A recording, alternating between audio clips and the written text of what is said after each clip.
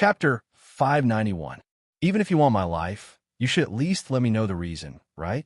Just like that, I was pulled out without any reason, and then I was repeatedly hunted down. Every day there were a few scares. I had no choice but to run into this remote mountain in this snowy weather, and I actually met so many of them here. Is it easy for me? Who the hell did I offend?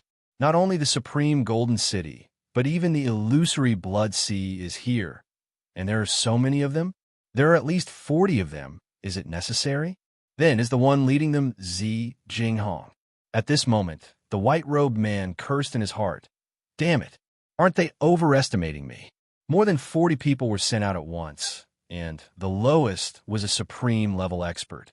There are so many above supreme-level experts. Even if I am the supreme assassin, I can't handle so many people. What is this? Are these experts all cabbages in the 3 Holy Lands? They're just throwing them out like they don't cost anything. I have already met more than 100 of them during my escape. If not for the fact that I have made a breakthrough recently, and that I am good at escaping, I am afraid I would already be lying on the ground, counting the worms. His heart was filled with indignation, but he didn't dare to show it on his face. He didn't even dare to take a deep breath. He was extremely vexed and wanted to slap himself a few times. Chu Chi Hun, Chu Chi Hun. In any case, you're the king of assassins of your generation. You're a person who has seen the world, yet you're still acting like a child with curiosity. What does it have to do with you whether people like to laugh or cry here? You just had to come and take a look. All right, this is going to be lively. As the saying goes, it is easy to come in, but difficult to leave. This is equivalent to setting yourself here. Lying on the ground now is not flying in the air. As long as you move a little, you will be discovered by the people below. Just now, he did not notice because he was laughing there. Now that the laughter had stopped and his spiritual sense had recovered, he would be discovered immediately if he moved a little. As for what would happen after he was discovered, he only felt a bitter taste in his mouth. Is there a need to say it?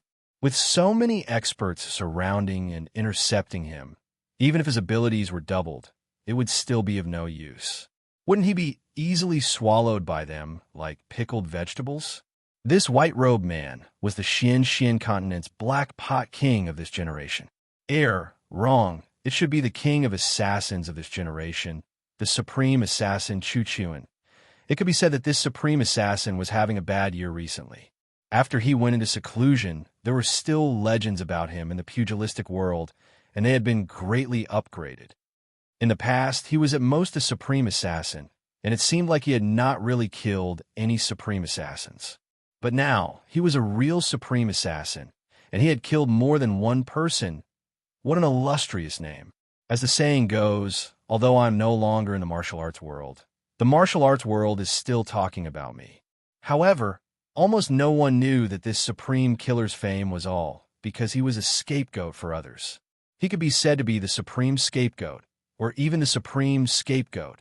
Recently, all the good deeds that the evil monarch Jun Moxie had done, as long as there were no clues, were all put under the name of this Chu Chihuan, whether it was reasonable or not. In any case, Chu Chihuan was muddle-headed and was very happy to be a scapegoat. To be unknowingly a scapegoat to this extent, Chu Chihuan could be considered as the first person in history. Unfortunately, there was no room for explanation for all these scapegoats he had carried. Who would listen to the supreme killer's explanation? Were they retarded? Even if they did not have a brain, or if there was mold growing in their brains, they would not be so unwise. Therefore, Chu Chi Hun was really down on his luck during this period of time. He had just successfully made a breakthrough in his closed-door training for a few years and happily ended his closed-door training. His ambition was soaring as he reappeared in the world, and he was planning to take on a few good business deals. He was even thinking of making a move on a supreme martial artist or something, so that he would be able to live up to his name and boost his prestige. Then, he would see if there was a chance to find a few experts to spar with his new moves. It had to be said that the supreme killer's luck was still very good, because his wishes were quickly realized, although the way they were realized was somewhat different. For example, once he came out, his plan to take on a few jobs directly fell through, because now that his reputation still needed to be revived, it was directly like the sun in the sky, much better than in the past. And to move a Supreme Master, it seemed that there were already a few Supreme Masters under his name. It was simply a dream fulfilled, and it was achieved inexplicably. This was not the end, because he still had another wish. But this wish did not need to be realized by himself, because very soon there would be many experts looking for him to learn from. Moreover, it was the kind of life or death, kind of learning from each other, wave after wave. Such intensive learning from each other made the Supreme Killer complain incessantly. Of course, the Supreme Killer did not know the reason for all this glory at all. Chu Chi-Huan never thought that once he came out of seclusion and reappeared in the world, he would be directly targeted, and then a few Supreme Masters came to his door. After a big battle, Chu Chi-Huan was outnumbered, and he fled. He thought that this matter was over, and it was okay to suffer some losses carelessly, since they were from the Supreme Golden City. I am a lone killer. I can't afford to offend them. Who knew that not only was this not the end, it was simply the beginning of a nightmare. Because the learning from each other had been upgraded, the people who came were not fighting one-on-one, but directly bullying him. After a few consecutive battles, Chu Chi-Huan finally felt that something was wrong. What is going on? At first, he could still use the breakthrough that he had just made to fight with some ease, and he felt that he was getting more and more familiar with it. But then the number of Supreme Masters increased from 2 to 4. Chu Chi-Huan had to directly run away, and then it was even more outrageous. They directly send out 8 Supreme Masters to surround and intercept him. And then it was directly not outrageous. It should be called cruel. Above Supreme Masters, and more than one. Oh God, oh Earth, why is my life so bitter? Who did I offend? I didn't King dig the graves of the ancestors of the great golden city. Chu Chi-Huan recited all the wicked things he had done and was puzzled. What did I do to offend these ancestors? Is there a need to be so unforgiving? At this moment, Gobu Huan, who was in the middle of the field, was so angry that he could not catch his breath. He finally understood why everyone was laughing. He turned around and pointed a trembling finger at Jun Mo. It was almost as if someone had stepped on a male duck and strangled its throat. He cried out in a heart-wrenching voice, Jun Mo, you despicable be *starred. This old man, and you are irreconcilable.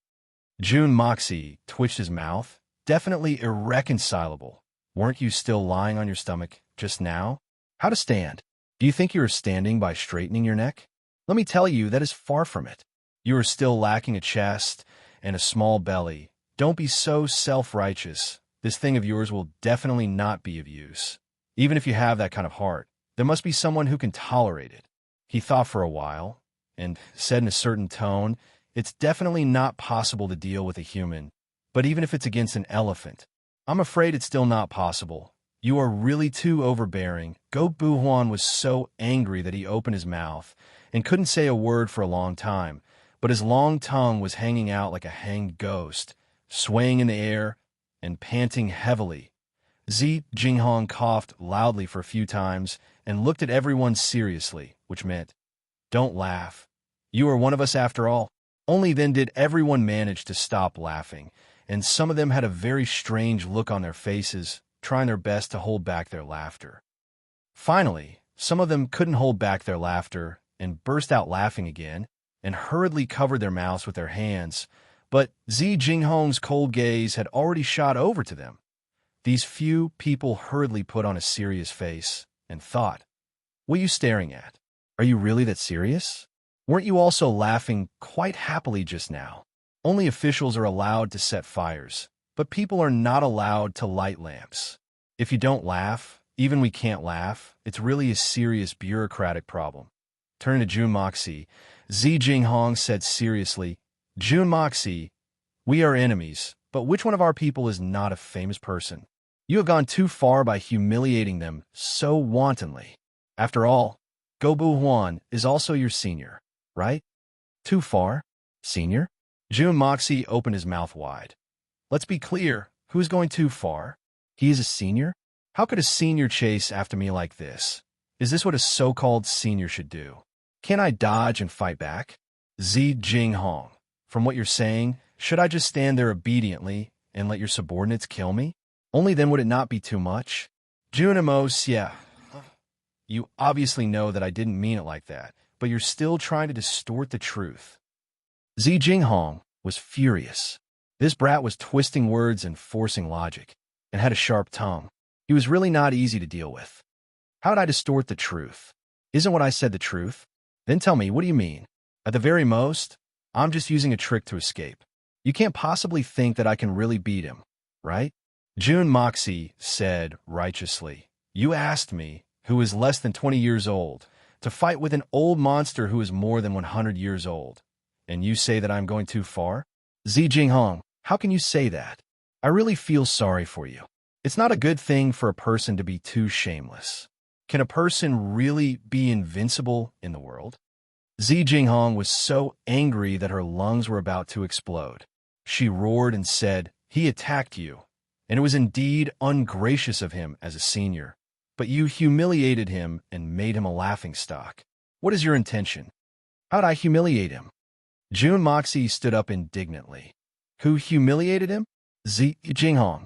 You have to explain to me about this matter. Can you blame me for looking like this, since he already looks like this? I'm just telling the truth. Don't you agree? The one who humiliated him. Well, you have to ask his parents. They're the ones who are bad, you know? How can you blame me? Do you think I am his father? Chapter 592. Zi Jinghong was so angry that he let out a loud roar. Kill. Everyone attack. Surround them and kill them. Zi Jinghong had finally come to a realization. He had finally understood that if he were to continue to argue, he would definitely not be able to win against this brat. In fact, he might even be angered to death by him. If he were to really die from being angered to death by him, that would be too unjust. Following Zi Jinghong's command, the 30 men from the illusory Blood Sea and the 13 men from the Great Golden City charged forward at the same time. The leader of the Great Golden City, Xiao Weicheng, did not say anything else.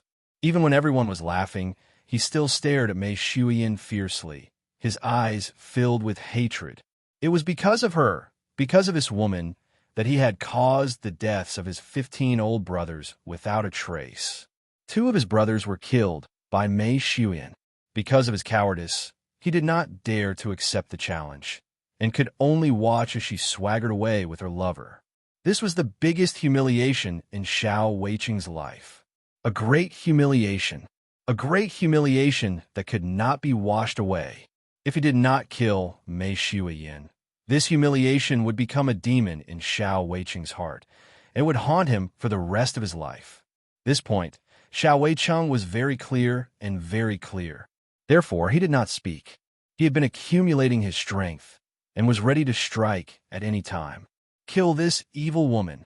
The encirclement had been formed, and even if Mei Shuyan had wings, she would not be able to escape. Now that Mei Shuyan was killed, it would be the supreme killer Chu Chihuan's turn. He did not know if that killer had been executed yet. It had been almost half a month since he had spread the news. There was news from the outside that he had fought with Chu Chihuan a few times, but he had escaped. This made Xiao Weicheng both angry and hopeful at the same time. He hoped that Chu Chihuan could live for a long time. If he could personally send him on his way, that would be the most pleasing thing to him. Jun Moxie, you little bastard. That bastard who should be struck by lightning. Did you enjoy pranking me just now? Hand over your life to me now. Go Buhuan roared like thunder and pounced towards Jun Moxie with a malevolent expression. He hated Jun Moxie to the core, even though he knew that Jun Moxie had a powerful master behind him that he could not afford to offend. Go Buhuan did not care about anything else. I must kill this brat, because he had already trampled on her dignity, mercilessly trampled on her. He had become the biggest joke in the 3 Holy Lands. The reputation that he had built up over the years was destroyed in a single day, but in the end, he could only blame himself for this. If he had not said that he wanted to eat Mei Shuyan's flesh, Jun Moxie would not have made such a vicious prank on him. He could only blame himself for bringing this upon himself. What did others have to do with him? The battle unfolded in an instant. Mei Shuyan held her sword in her hand and pounced forward like a whirlwind, facing the attack head-on. Facing attacks from all directions, she could only take the initiative to attack first. Only then could she avoid the other 3 attacks and reduce the pressure on her. Mei Shuyan's battle experience was extremely rich. She did not have the heart to hold back anymore. She did not even hesitate, as she quickly came up with a plan to deal with the enemy.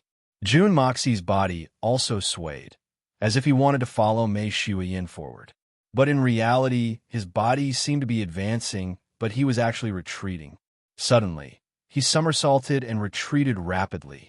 Go Buhuan's bald head was ferocious, and the veins on his neck were bulging.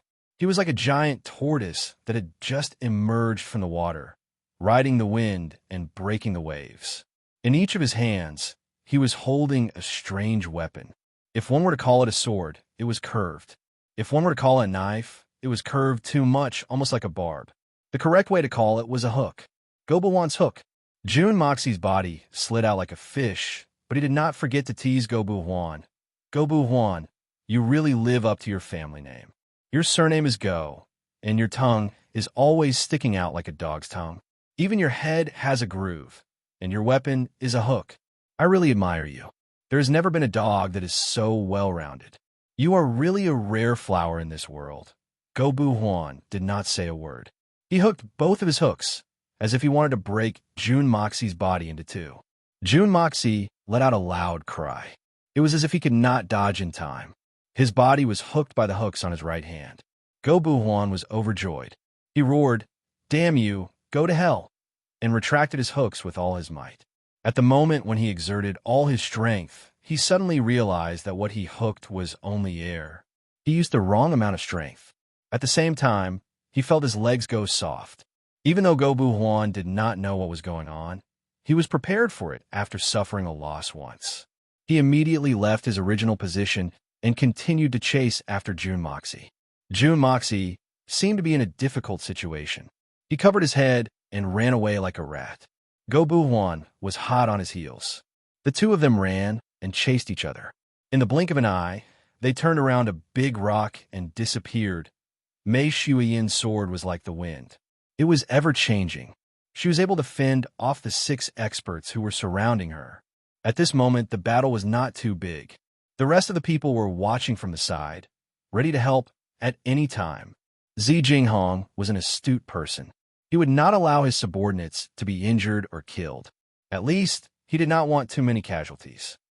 Therefore, he divided the available manpower into 7 groups. The people from the illusory Blood Sea were divided into 5 groups. The 13 people from the Supreme Golden City were divided into 2 groups. Each group only needed to exchange a few blows.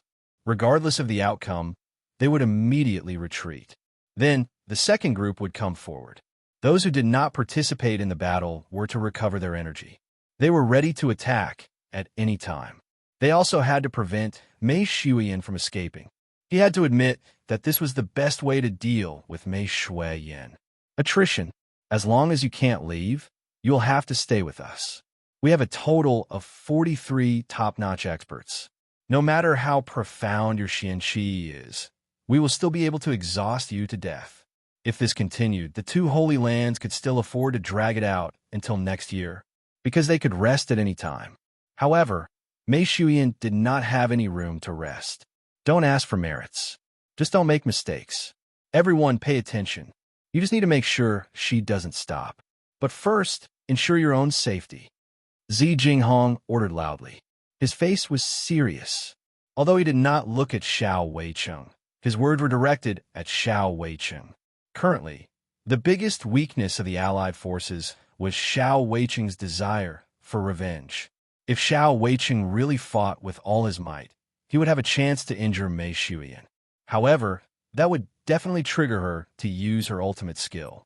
The range of the ultimate skill that Venerable Mei knew was very wide. Moreover, it was very loud. If that happened, as long as Mei Shuyan was not dead, she would have a chance to escape in the chaos. It was better to wait for the frog to be cooked in warm water. Anyway, I have a lot of patience. Zi Jinghong was very proud of his strategy. But at the same time, it was because of the Hermitage incident that prompted him to make this decision.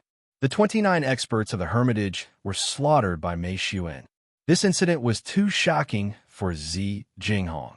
The biggest shock was just now, because Zi Jinghong suddenly realized that Mei Xuan did not seem to be injured at all. This was unbelievable. So, Zi Jinghong only asked for no mistakes, not for merits.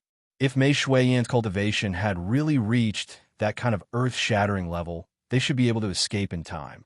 Previously, they had made it clear that they were all comrades, and this was just a spar. But this kind of encirclement was the best way to see a person's strength. With just a few rounds of observation, Zi Jinghong would be able to accurately judge Mei Xuan's real strength. The difference would not be too big. At that time, although the encirclement would continue, the strength and threat would increase again. Behind the big rock on the hillside, Chu Chihuan held his breath as he watched. How many times could he see such an intense battle in his life? Chu Chihuan sighed in his heart. Especially that fairy-like beauty, she was actually so terrifying. One should know that it was the joint attack of 2 superior supreme experts and 4 supreme martial artists. But she was not at a disadvantage at all. She even had the upper hand. There was actually such a terrifying woman in the world. And she was so beautiful. Chu Chihuan was shocked. Fighting against the 3 holy lands alone? Just this point alone was enough to make Chu Chihuan admire her, because he would never dare to. But this supreme assassin also heaved a sigh of relief in his heart. So these people did not set up an ambush for me. I was scared to death just now. Damn it. I have become a frightened bird these few days. But it was not bad to watch the show. Some movement skills, sword skills, and moves could also be compared with what he had comprehended recently. It would be very beneficial. So this supreme assassin finally felt relieved. Although he still carefully restrained his aura, he focused on this rare battle of experts. The more he watched, the more he learned. The more he watched, the more excited he became, and the more he felt that this trip was not in vain. In the field, Mei Xuan looked as calm and elegant as usual. She was not anxious at all. As for the 2 holy lands, they had already changed their people 3 times. These people were indeed very slippery. They all knew that the sword in Mei Xuan's hand was a divine weapon, so they carefully controlled their own weapons to not come into contact with her sword. The 6 of them changed their positions, circling around Mei Xuan and fighting. Mei Xuan's breath was long. Although she knew what the opponents were planning, she was not anxious. She did not even have the intention to change her tactics, because she was waiting for Jun Moxie. Jun Moxie must have his reasons for leading Go Buhuan away. So Mei Xuan was waiting. If Jun Moxie did not come back, she would not leave even if these people chased her away. Moreover, it was just a fight now. Mei Xuan's strength had broken through several times recently. With her current strength, it was impossible for her to be surrounded by these people. As long as she wanted to leave, she could do so at any time. At the end of the battle, Mei Xuan's body suddenly turned, and her sword suddenly changed. It became as light as the wind, invisible and traceless. Suddenly, the wind was howling, and suddenly, the wind was gentle. Suddenly, the wind was cold, and suddenly, the autumn wind was sorrowful. When she used this set of mysterious sword skills, it gave people a clear feeling. They could feel the different sword wills in her sword skills. Chapter 593. Another 6 people came out with their swords and joined the battle, passing by the previous group. Everyone's goal was very clear. It was the moment when the person they replaced made the last attack and retreated. Their own attacks would then follow up with a seamless attack, leaving no chance for the enemy to create chaos. The group that had retreated quickly returned to the middle of the crowd. Only then did they begin to breathe slightly more rapidly. Some of them only started to sweat after taking a few breaths. How could they dare to be careless when facing an expert like Mei Xuan? Even though it was just a roaming battle, they were still under great pressure. It wasn't easy at all, because even if it was a roaming battle, as long as there was a flaw, Mei Xuan would be able to kill them in an instant. At this time, Mei Xuan's marvelous swordplay had come to an end. The 6 people had seen her swordplay once, and although they didn't fully understand it, they had a general idea of it. So, it wasn't too difficult for them to deal with it. But at this moment, Mei Shuyan's swordplay changed again. The change was more abrupt, and it became long and dense like the drizzle of spring rain, continuous and continuous from the sky to the ground. Everything was hazy. The 6 people fighting with her seemed to feel the warmth of spring in the misty rain of spring, and they felt that their hair was wet. Facing such a strange swordplay, the 6 experts were caught off guard. But they had hundreds of years of fighting experience, and although they were surprised, they didn't panic, and they were able to keep their footing. Even after panicking for a while, they could use their rich experience or barbaric and unreasonable moves to slowly turn the tables. But Mei Shuyan's swordplay changed again. Suddenly, it was like a summer storm had suddenly fallen from the sky, and the raindrops were as big as beans, mixed with the majesty of heaven and earth, whistling down. The 6 people simultaneously felt that they were in a vast ocean. The sky was still densely packed with hemp rod-like raindrops falling from the sky. The 6 of them were in a sorry state. With a few swings of her sword, 3 of them were wounded. One of them even had his shoulder slumped. He had been pierced by Mei Shuyan's sword. If not for the other 5 people's timely assistance, he would have died under Mei Shuyan's sword. Next group. Zi Jinghong's face was frighteningly gloomy. From the beginning until now, Mei Shuyan had already used 5 or 6 sets of magical swordsmanship. Where did she learn these strange things? I've never heard of the Tian Fa Forest Xian beasts placing so much emphasis on weapons. In these 10,000 years, it seems like the only weapon that has been passed down is the extremely powerful Tian Fa heaven-punishing sword. What was going on? How strange. Another group was swapped out, and this time, the people who were swapped out were in a much more miserable state. The new blood from the 2 holy lands had just arrived, and they thought that they had already grasped about 60 to 70% of Venerable Mei swordplay. Even if they could not break it, it should not be a problem for them to protect themselves. But the heavens did not follow their wishes, and Mei Shuyan's swordplay actually changed again. This time, it was like the lingering autumn rain, desolate and bleak, and endless vicissitudes of life. It was like the endless rustling of fallen trees, and the entire sky was filled with the desolate autumn wind. In a split second, the world was filled with desolation. Desolation filled the eyes. The 6 people who had just gone up were originally prepared and full of confidence.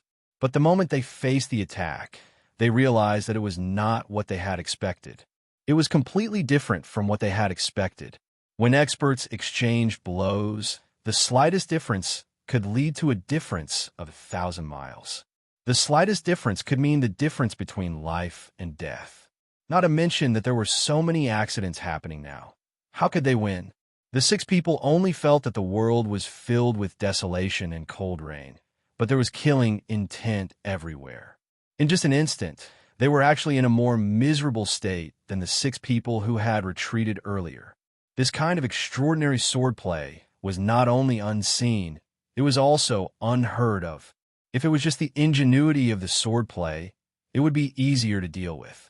After all, with the rich experience of a supreme martial artist, in addition to the toughness of his body, a normal Tian Xian cultivator might not even be able to hurt him even if he did not move.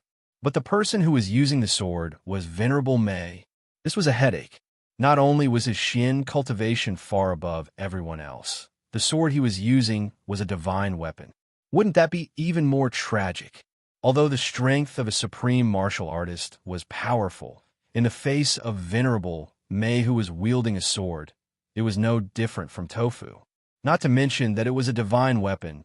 Even if it was just a normal sword, they would not dare to use their bodies to fight against it. In addition to such an ingenious and strange swordplay, it was even more difficult to deal with. Zi Jinghong saw that the situation was not good and shouted. Another group. Xiao Weiqing roared and led his men to charge forward. At this moment, it had become a situation where 12 people were attacking Mei Shuyan together. Only then did they gradually stabilize their position and not lose instantly. But as the number of people increased, the scope of the battle naturally expanded as well. Zi Jinghong, who was watching from the side, felt more and more uneasy. Facing a total of 12 top-notch experts, the pressure suddenly increased, and the burden was more than doubled. Mei Shuiyin laughed coldly and did not show any signs of fear. A wave of sword light fell like the autumn rain. Xiao Weicheng roared like thunder and did not retreat. He actually took the lead and charged forward. The sharp sword Qi pierced 2 small holes on his body. Although it did not penetrate deeply, blood still flowed out. The great golden city's 3 pearls throned Xiao Weicheng, who could be ranked in the top 3 among the experts from the 2 holy lands, was actually injured in one move. Moreover, it was under the situation where 12 people were working together to deal with one person. Such a battle record was truly shocking. But Xiao Weicheng's injury also came with a corresponding price. In this round of collision, he single-handedly withstood more than half of Mei Shuiyin's attack. The pressure that the others had to bear was naturally greatly reduced. In a flash, they were able to escape from the great danger of being suppressed, and the encirclement was also reduced. Mei Shuiyin's face was calm and tranquil. Suddenly, she flew up and stepped on the tip of a supreme martial artist's sword. The supreme martial artist's sword was stepped on, and he wanted to use this opportunity to attack his enemy. But he was shocked to feel an enormous force coming from his sword. The force was like a bolt of lightning, and the force was so strong that it could not be resisted. Boom! The force went through the sword, through his arm, into his meridians, and headed straight for his heart. Wah! He felt as if his heart was hit by a 10,000-pound hammer. His face turned as white as paper, and he staggered backward. Before he could stop, he spat out a mouthful of blood and fell to the ground. He had lost all his fighting power. Zi Jinghong leaped up, grabbed the injured expert's body, and quickly retreated. When he looked at the scene once again, the situation had changed drastically. Mei Shuiyin stepped on the sword to defeat the enemy. She jumped up and swung her sword. Suddenly, the whole weather seemed to have changed from the deep autumn to the bleak winter. A moment ago, it was still the bleak autumn wind, but now it was the freezing winter. The cold wind blew, and snowflakes were falling from thousands of miles away. The sword was like snow and frost, drifting down and flying in the air. The cold wind sounded like the wailing of ghosts. The path of the sword changed again. Xiao Weicheng roared angrily. His white hair was now disheveled, and his body was stained with blood. His attacks were the fiercest, but he was also the one who suffered the most injuries. The superb swordsmanship that Mei Shuiyin used was from Jun Moxie. In the past few days, Jun Mo Xie had taught her a set of swordplay that he had learned in his previous life. This set of swordplay was murderous and fierce. It was ever-changing and all-encompassing. It was incomparably complex. Even the evil prince in his previous life spent 3 months to learn this set of swordsmanship by chance. Unexpectedly, Mei Shuiyin was so talented that she had memorized the whole set of swordsmanship in less than 10 days. This made Jun Moxie open his mouth wide and almost dislocated. Damn, this girl is much smarter than me in my previous life. This set of swordsmanship contained the evolution process of the 4 seasons. It integrated the endless evolution of spring, summer, autumn, and winter, such as the rain in spring, the scorching summer, the bleak autumn wind, and the icy winter snow. It was also called 4 Seasons Killer Sword. Although it was said to be a set of swordplay, in reality, every season's transformation contained several variations. Even though Mei Shuiyin was talented, she had only practiced it for a short period of time. Naturally, she was not proficient in it. Seeing that Zi Jinghong was actually using this kind of fighting style, she had to wait for Jun Mo Xie anyway. Since she had nothing better to do, she might as well use these people as practice. Unexpectedly, the effect was so good. Therefore, Mei Shuiyin practiced one set of swordsmanship after another. Along the way, Mei Shuiyin found that the power of this wonderful and complicated swordsmanship was so horrible. Although Mei Shuiyin had expected it to be extraordinary, She did not expect that this set of swordsmanship would be so strange and powerful. This set of 4 seasons absolute killing sword technique naturally couldn't compare to Tion Fa's heaven-punishing sword technique in terms of lethality. But in terms of its nimbleness, exquisiteness, density, and its own concept, it was far superior to Tion Fa's heaven-punishing sword technique. Especially when using different states of mind to activate the sword will. Every time she tried it, she would have a different understanding of it. Mei Shuyan suddenly realized that when she used this set of swordsmanship against her enemies, as the sword will evolve, it actually had a magical effect of improving her state of mind. This unexpected gain made her extremely happy. In this period of time, with the help of Jun Moxie's elixir, her cultivation had improved by leaps and bounds. Her speed of cultivation was also much faster than before. But as a martial arts expert, while Mei Shuyan was happy with the rapid improvement of her cultivation, she was secretly worried that if she only focused on improving her cultivation and neglected the improvement of her state of mind, it would not be good. It must be known that the corresponding advancement of Xian Qi required a certain level of state of mind to complement each other. If she only improved her cultivation but did not improve her state of mind, then it would be like holding a barrel of dynamite. At the critical moment of a breakthrough, she could be invaded by the demons in her heart and go berserk. This was the most important point of cultivating one's state of mind. Now that she had unexpectedly obtained this set of swordsmanship, it just so happened that it made up for the flaw in her state of mind. Although Jun Moxie had also learned this set of swordsmanship in his previous life, he was the king of assassins. His attacks had always pursued speed, accuracy, and ruthlessness. Naturally, he rarely used this kind of complicated swordsmanship and did not have the chance to use this set of swordsmanship against his enemies. So in this aspect, his comprehension was not as deep as Mei Shuyan's. Chapter 594.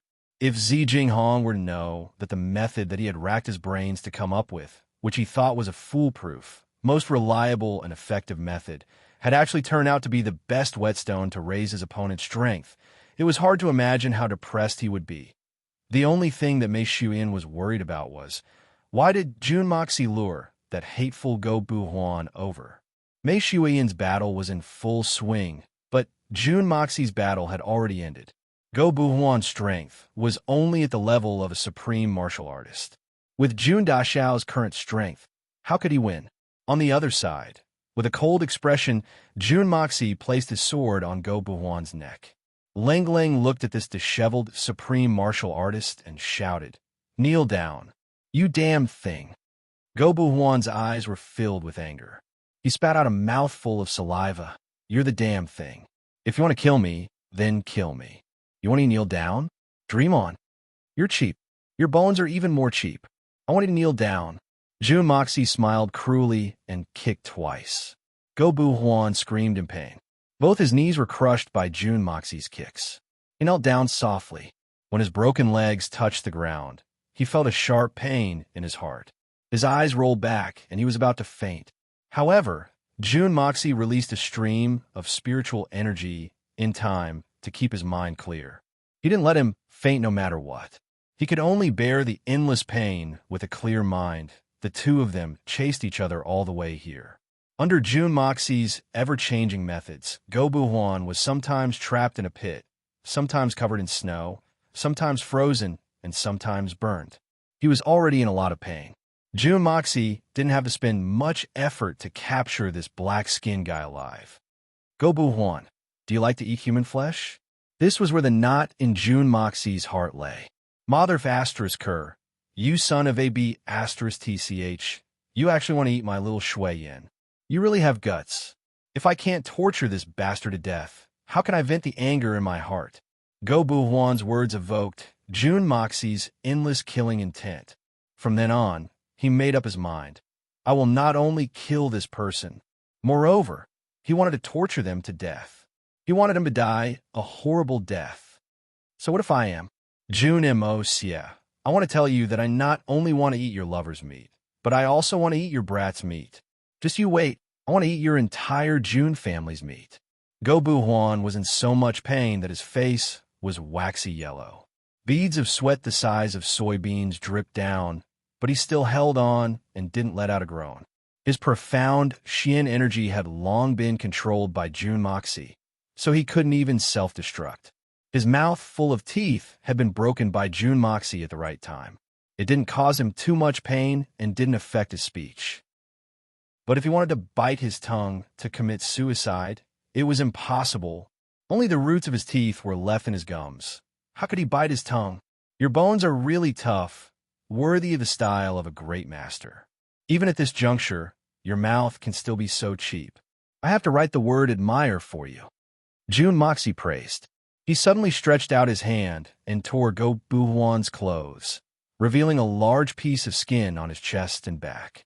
He slowly said, Go Bu Huan, in my life there are only two people that I hate to the bone, and I must kill them. The first one is Xiao Han from the Silver Blizzard City. You should be very happy now, because you are the second one. Your biggest mistake isn't eating human flesh. It's that you wanted to eat my wife's flesh. You were so proud of yourself in front of so many people, but you didn't repent after being subdued by me, and you even dare to tell me that you want to eat the entire Jun family. If I don't serve you well, how can I face you? Jun Moxie smiled coldly. Not to mention the fact that you're from the illusory blood sea. We're all enemies. Even if you're the son of a deity, I'll still make you die in extreme agony. Don't worry, I won't kill you. You still have a period of time to enjoy your life. Although my bones are tough, I don't like it when others act tough in front of me. If I can't make you beg me for mercy, then I will not be called Jun Moxie. I, Go Bu Huan, have fallen into your trap today. I have nothing to say. It is easy for you to kill me, but if you want me to beg for mercy, Jun Moxie, you are wrong. If you have any skills, then show me. If I even frown, then I am not a real man. Go Bu Huan endured the pain in his knees and said through gritted teeth, Good man. Let's see how long a good man like you can stay tough. Jun Moxie opened his hand, and schwa-schwa sound were heard as he made several bloody cuts on his chest and back. Go Bu Huan laughed sinisterly. Jun Moxie, is this all you have? I don't mind telling you. These petty tricks of yours are far from enough. Let me tell you, I not only love to eat the flesh of beautiful women, but I also love to eat the flesh of young men. Even if it is the flesh of old men, I will not refuse it. Jun Moxie, I'll raise your Jun family like pigs in a pen if I manage to escape. I'll slaughter them every few days. I will wash them clean and make them go well with wine. Ha ha ha. I heard that Jun Jiantian has been fighting for his entire life. He may be a little old, but his flesh must be very firm. I will definitely like to eat. And I heard that you are very lecherous. Your other mistress, Guanqing Han, is quite good-looking. Jun Moxie, I will take good care of her. I will eat her bit by bit, and I will not let her die. I will slowly listen to her moans. Ha ha ha. Go Bu Huan stuck out his red tongue like a pervert. His eyes were filled with malice as he looked at Jun Moxie. His entire person was immersed in a kind of cruel pleasure. I heard that there's also a Duga Xiaoi, right? I will definitely have a good taste of such a little girl. Ha ha. There's a little girl in your room? What's her name again? I don't care. I will not let a single one of them go. I will eat the heart first, then the liver, and then, He suddenly screamed. You won't have this opportunity. Instead, the lives of your family members will be cut off because of these words of yours. Today, I will do as I said and turn you into a bird from head to toe. Look forward to it.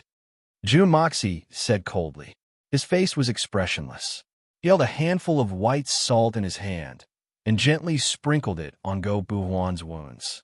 Not a single bit was wasted. Go Bu Huan screamed. His voice was loud and mournful. His entire body was twitching. Jun Moxie stood beside him with an indifferent and expressionless face. He sprinkled white salt on Go Bu Huan's wounds and said in an indifferent manner, Is it comfortable? Go Bu Huan, this is the first appetizer. Go Bu Huan screamed, but he still smiled in pain and said, Comfortable, very comfortable. Jun Moxie, you have guts. This method is not bad. If I catch the Jun family one day, I will sprinkle salt on them like this before eating wine. You mother of ***, you bastard. You are a real man. Good dishes are coming one after another. Jun Moxie shook his head. He grabbed a handful of chili powder out of nowhere and sprinkled it evenly on Go Bu Huan's wounds. He said gently, Go Bu Huan, do you feel better now? Go Bu Huan's body stiffened. He wanted to cry out to vent the pain in his body, but he was held back by the extreme pain. He couldn't make a sound at all. The veins on his body suddenly bulged out from his muscles. His eyes almost popped out of their sockets. His pupils suddenly dilated and then shrank. Although he heard Jun Moxie's words, he didn't have the strength to reply. He could only open his mouth and maintain the same posture. The pain was so intense that his whole body was cramping. What a tough bone. Damn it, you can still bear it. The endurance of a supreme master is really not just for show. It's boring to have vegetables, but no soup. Let me help you make a bowl of soup to moisten your throat. Jun Mo smiled and casually made a grabbing motion in the air. Then, a large lump of snow suddenly appeared in his hand. Jun Mo secretly activated his Xian Qi, and it turned into a big bowl of snow in a split second. Then, he threw 2 handfuls of chili powder into the bowl. Then he grabbed a large handful of snow and melted it into the bowl. Then he held the bowl with one hand. Not long after, the chili powder inside the bowl started to emit steam. But the surprising thing was that the bowl of snow didn't show any signs of melting. The chili powder started to boil. Jun Moxie suddenly pinched Go Bu Huan's nose with one hand and poured the whole bowl of chili powder into Go Bu Huan's mouth with the other. All of it went into Go Bu Huan's stomach. Go Bu Huan let out a strange cry.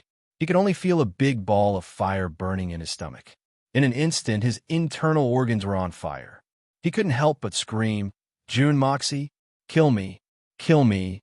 Do you surrender now? Jun Mo stood in front of him with his hands in his sleeves.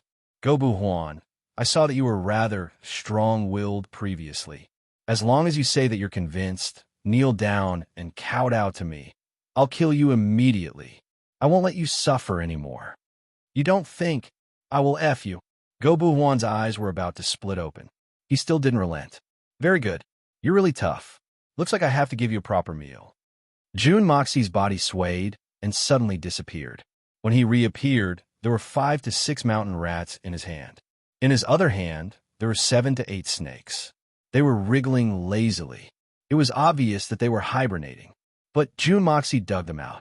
Jun Moxie looked at Go Bu Huan indifferently and smiled. Go Bu Huan, it's not too late to beg for mercy now.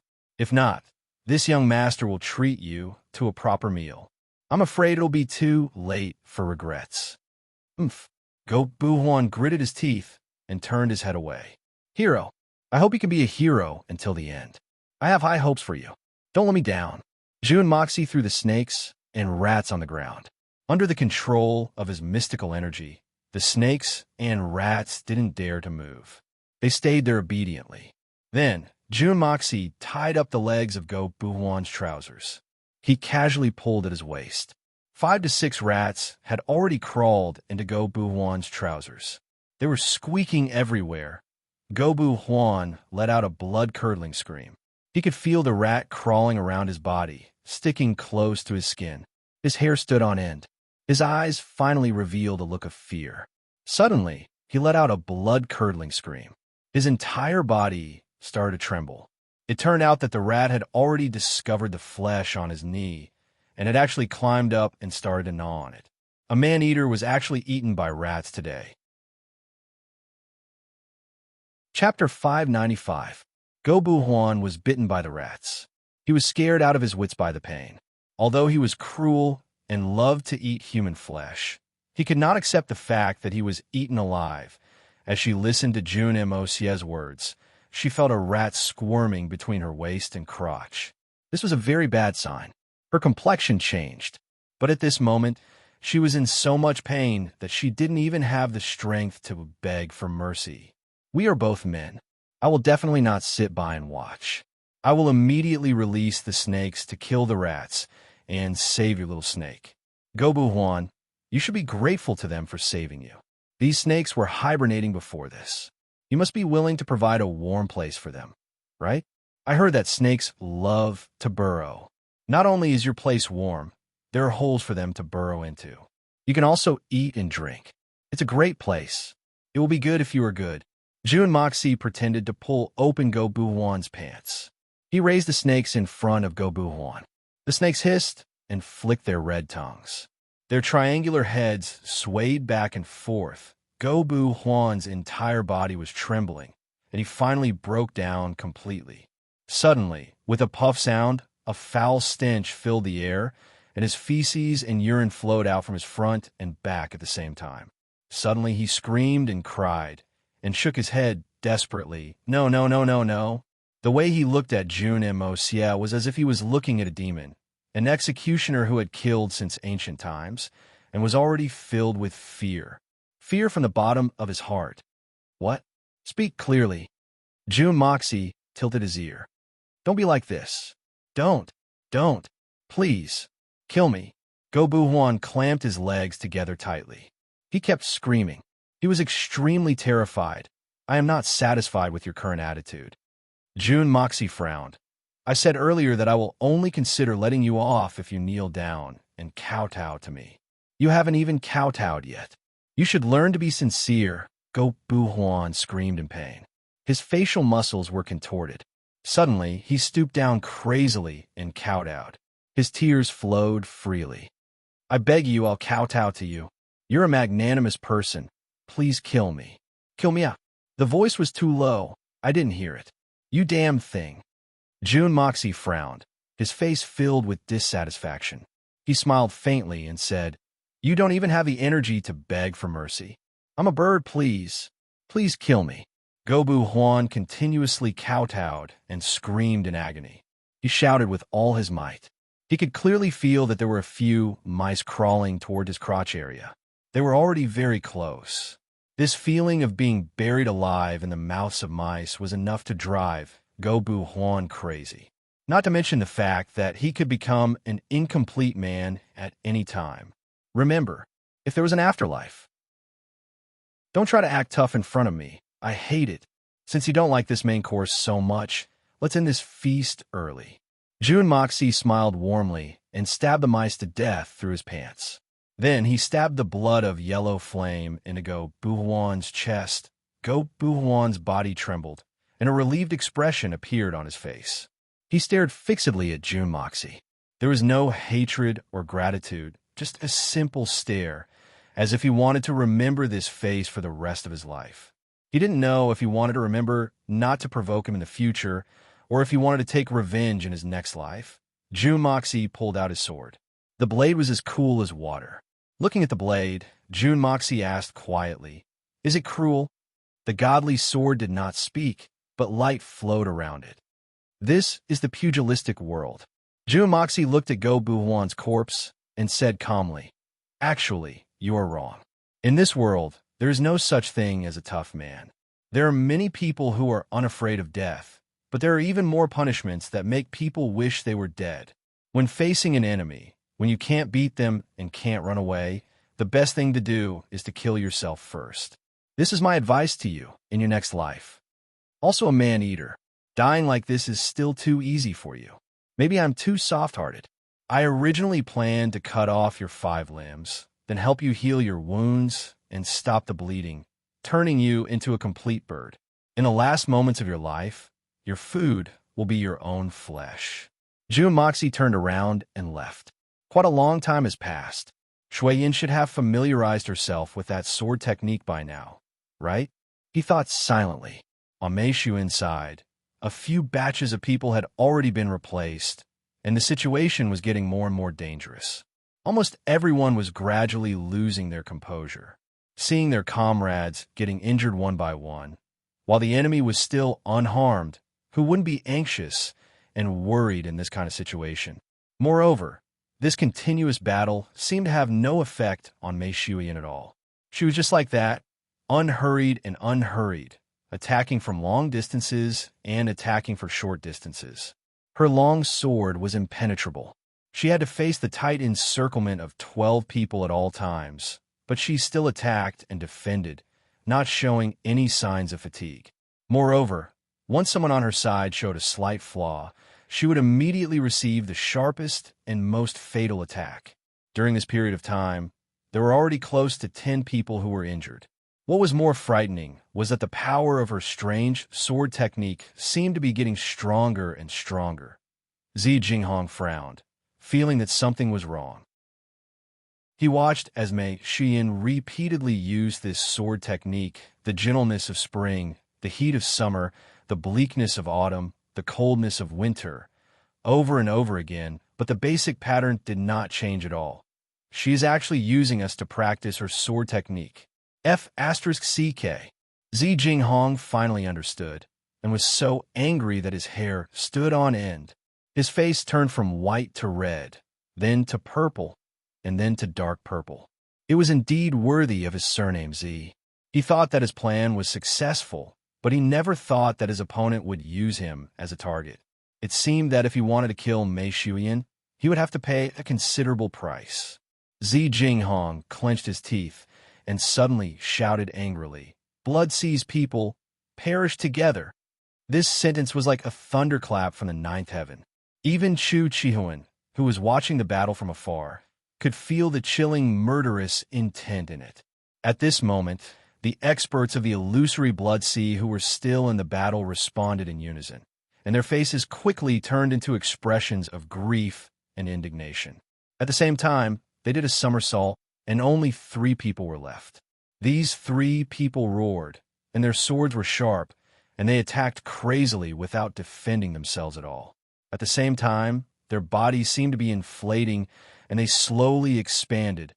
"All the unfinished business is left to you. I will leave first. Brothers, see you in the next life."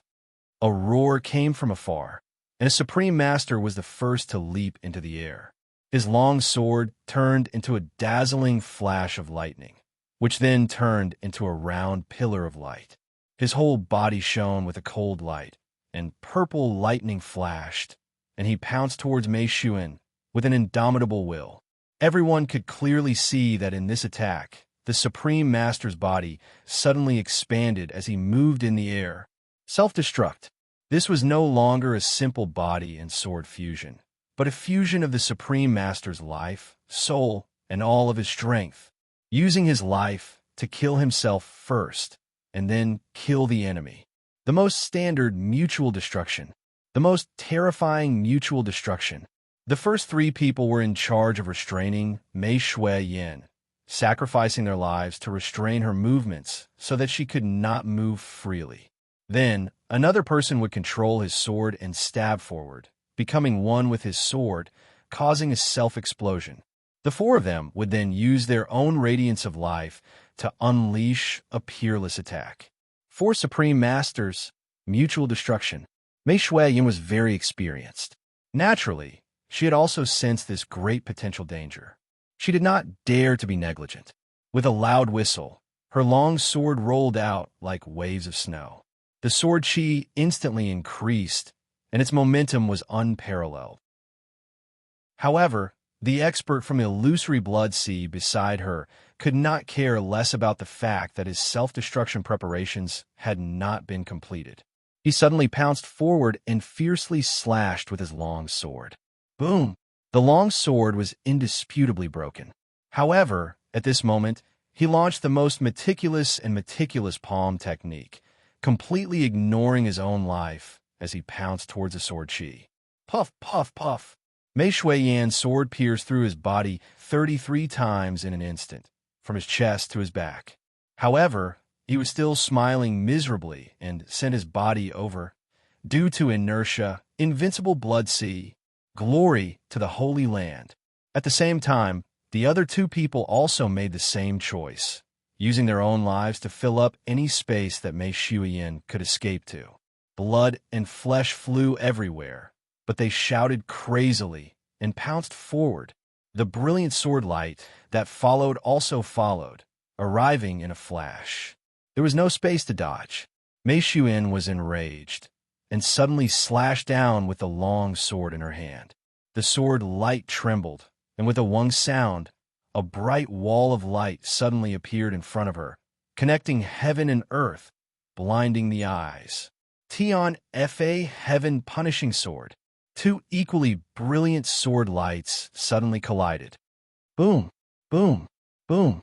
Three violent explosions rang out, and the bodies of the three experts simultaneously surrounded Mei Xuyan, turning into minced meat. The power of the explosion was so strong that it actually lifted up a large piece of the ground in a 200 zhang radius, and it exploded in the air. With a muffled groan, Mei Xuyan's white robe exploded and blood spurted out from her mouth. She staggered backwards, and her face was deathly pale. This suicidal move had actually caused Mei Xuyan to be seriously injured. Mei Xuyan finally understood. It was obvious that the illusory Blood Sea had practiced this technique for a long time. Otherwise, they would not be able to cooperate so well. If they had nothing better to do, why would the illusory Blood Sea practice this suicidal technique? They must have been preparing to deal with her for a long time. So if Hermitage did not make a move, the illusory Blood Sea would have made a move. Mei Xuyan let out a shrill cry, and her heart was filled with endless pain. At that time, the three holy lands and one ferocious lands had not shed all pretenses of cordiality, but they were actually preparing to deal with her. These were all her comrades in the war for seizing the heavens. Where was their conscience? Where was the justice? Mei Xuyan now truly believed Jun Moxie's words. No matter what, they were going to deal with the Tian Fa forest, and there would definitely be no accidents.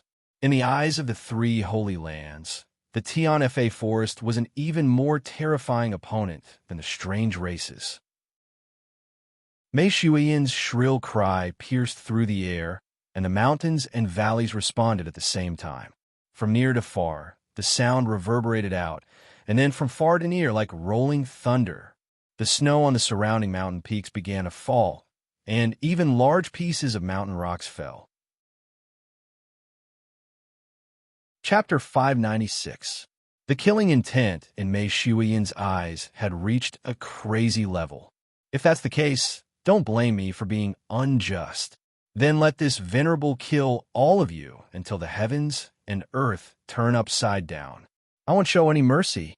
Do you really think that the king of Tian Fa doesn't know how to kill? Zi Jinghong's expression didn't change at all. It was as if she didn't see or hear what was happening around her. She slammed her palm down and shouted, "Blood and sea of perish. No turning back. Forward. Kill." Another three silhouettes dashed out from three different directions to intercept Mei Xuyan. At the same time, another silhouette roared and soared into the sky from a distance. He swung his sword like a whirlwind and once again turned into a dazzling lightning bolt. If she really went through two explosions in a row, even if Mei Xuyan was extremely powerful, she would still be seriously injured. At that time, the rest of the people would swarm in. Zi Jinghong and Xiao Weiqing's eyes shone with a cruel light of revenge. Although the price was a little high, but they could finally kill this master of Tian Fa. At this moment, something strange happened. An unimaginable and inexplicable change suddenly occurred. Suddenly, another unparalleled ray of light appeared in midair and flickered abruptly. It disappeared in a flash. It was like an extremely short flash of lightning, and then silence. Before anyone could even react to what was going on, the Supreme Master who was accumulating power in the sky suddenly roared and fell down like a weight. He fell right where he was standing, in the middle of the crowd. On his throat, there was a glaring hole of blood. Someone had actually killed him with a single slash when he was about to explode. The person who killed him had grasped the timing to an unimaginable degree, because the Supreme Master's power had been accumulating to the extreme, and he was on the verge of exploding. But he suddenly fell down. When he landed, he completely lost control and exploded with a bang. As mentioned earlier, how could the self-detonation of a supreme being level expert be a small matter? Even with Mei Xuyan's astonishing cultivation, she would still be injured, let alone these people who were far inferior to Mei Xuyan. In addition to the unexpected incident, everyone was unprepared and almost unprepared. Who would have thought that the experts from their own clan would actually self-destruct in their own nest? And so, tragedy struck. It was a complete tragedy. This was like launching a missile. The missile had successfully lifted off, but the navigation system had malfunctioned, and the missile had fallen vertically. Boom. A series of blood-curdling screams resounded. How could the situation at this moment be described with the word chaotic? Xiao Weicheng and his subordinates from the Supreme Golden City were further away, so they were only hit by the shockwave. However, Zi Jinghong, who was in charge of escorting them, was the first to bear the brunt of the shockwave. She was sent flying by the shockwave on the spot. At the same time, 7 or 8 experts from the illusory ocean of blood were also sent flying into the air. Fortunately, they were able to circulate their Xian Qi to protect themselves in midair, so they did not suffer serious injuries. However, these people's internal organs had already been shaken. Blood flowed from the corner of their mouths. After all, this explosion was much lighter than the explosion of the 3 experts that Mei Shuiyan had suffered at the same time. Even the 3 experts who were surrounding Mei Shuiyan couldn't help but be dumbfounded at this moment. F***. What was going on? Even the blood ocean of blood perished together didn't cause such a change. Mei Shuiyan's body spun, and she escaped from the encirclement that the 3 experts had created with their lives like lightning. Who is it? Who the F*** is it? Come out right now. Zi Jinghong crawled up, and the first thing she did was to curse without caring about her image. F***, which immoral thing is it? What kind of ability is it to hide behind someone's back and play dirty tricks like this? An ethereal and gloomy voice laughed in midair, and it seemed to say something softly. It feels so good to be able to trick so many Supreme Masters and those who are above the Supreme Master level.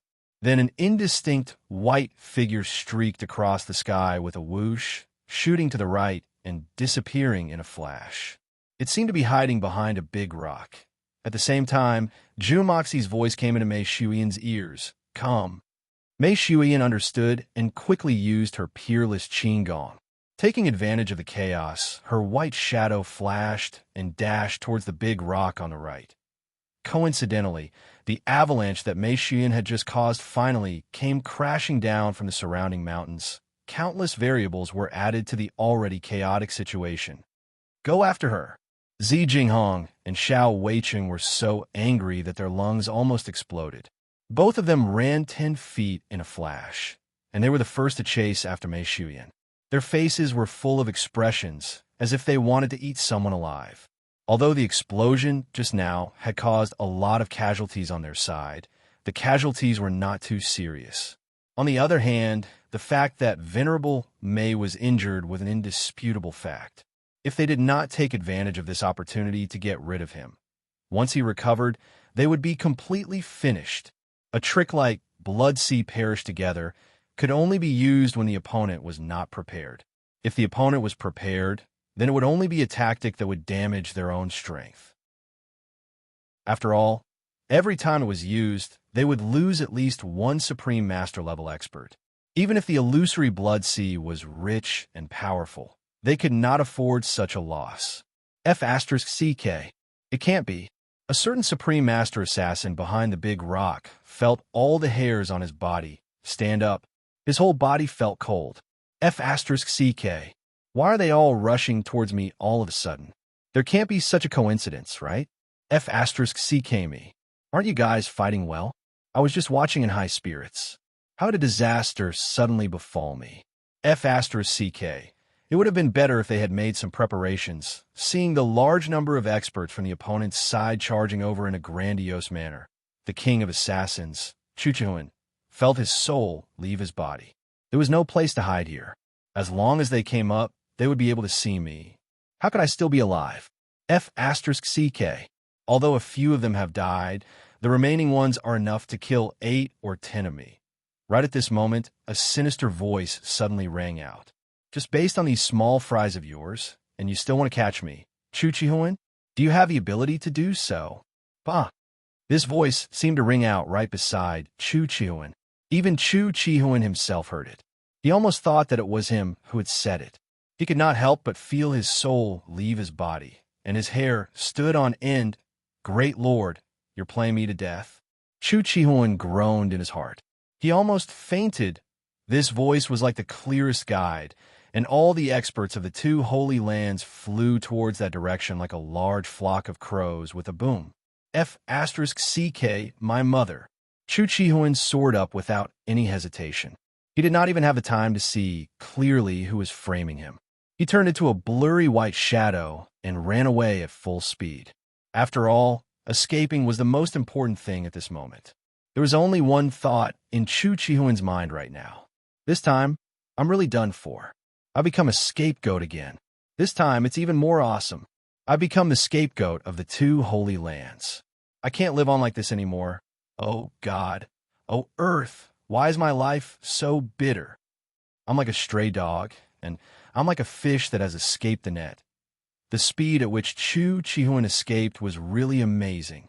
His current speed was so fast that even Jun Moxie could not help but exclaim in his heart. So fast. F***CK your mother.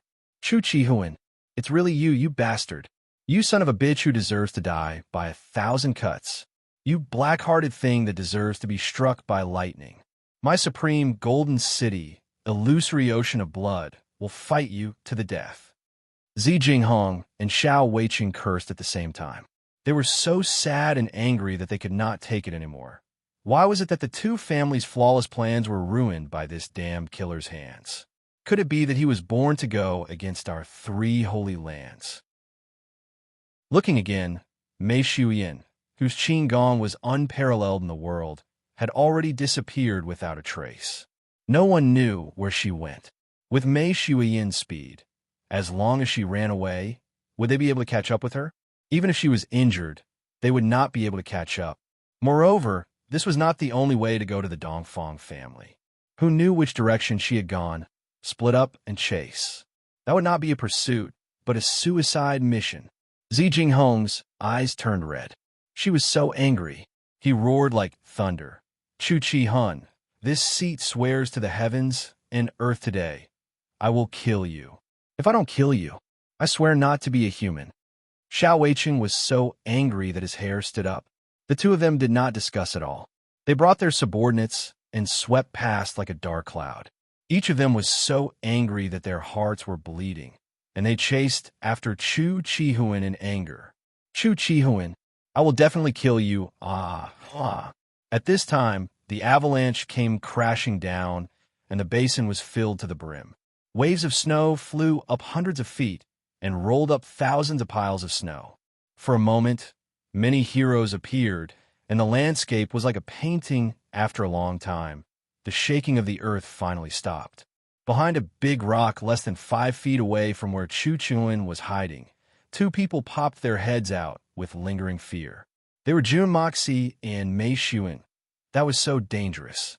Jun Moxie stuck out his tongue, and his face was full of lingering fear. His hand was on Mei Shuyan's back, and it was only now that he took it off. A large amount of pure spiritual energy from heaven and earth had temporarily suppressed the healing of Mei Shuyan's injuries. How did you know that person was Chu Chi-hoon? Mei Shuyan looked at him in surprise, and she was very curious. When I came here just now, you were still persistently practicing your sword, so I came to take a look. This guy's sword is unique, the Autumn Dew Invincible Sword. It is very easy to recognize, and Jun Mo Xia laughed without the slightest hint of modesty. He then said proudly, in this world, the only one who has this kind of concealment skill is him. Apart from me, there is no one else. I believe that even you can't do it. That's true.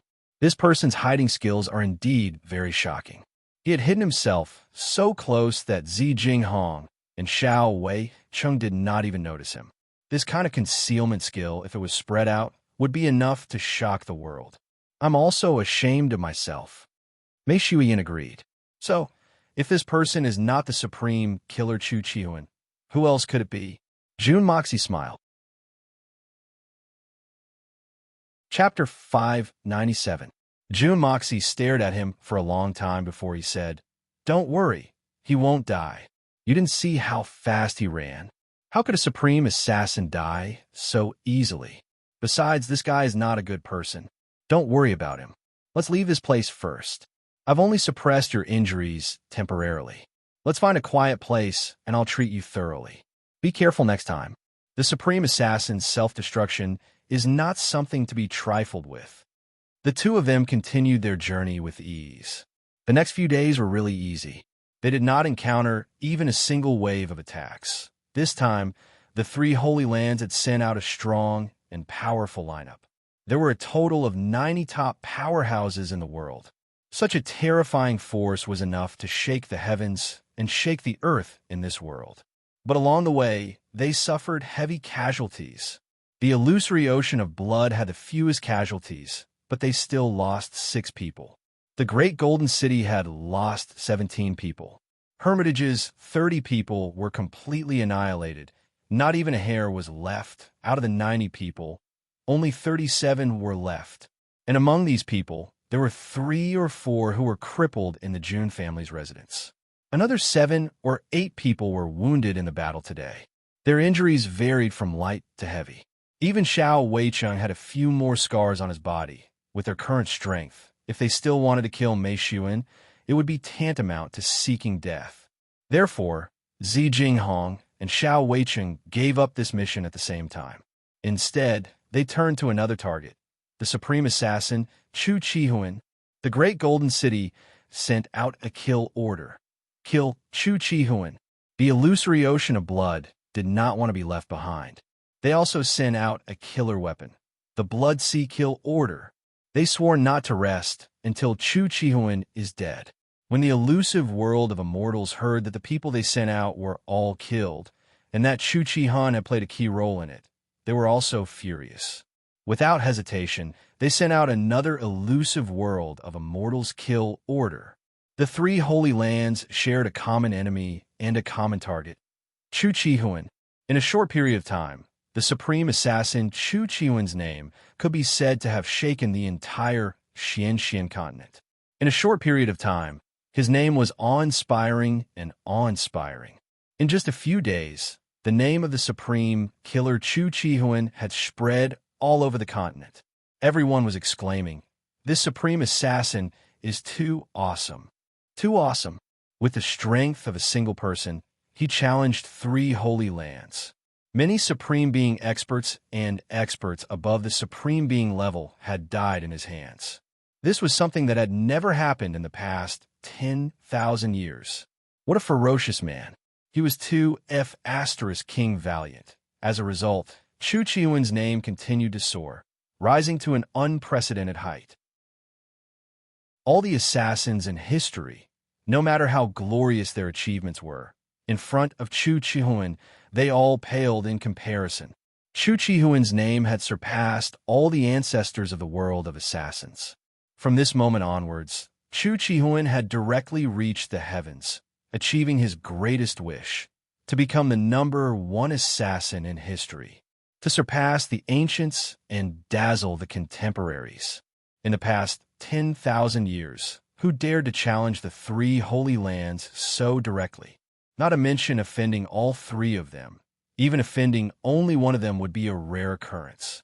And now, our great student Chu Chihuan had simultaneously stirred up the 3 most terrifying hornets' nests. Not to mention his achievements. Just this kind of courage, this kind of boldness is absolutely unprecedented in history and will never be matched in the future. To be Chu Chihuan, to shake the world with incomparable might. To look down on the past and present, who could compare? To outshine the world, the supreme assassin. In a short period of time, the people of the world had such a poem, fighting to praise the great achievements of the supreme Chu. As long as the Xian cultivators of the pugilistic world gathered together, they would discuss, "Hey, do you have any news today? Is it about the supreme assassin?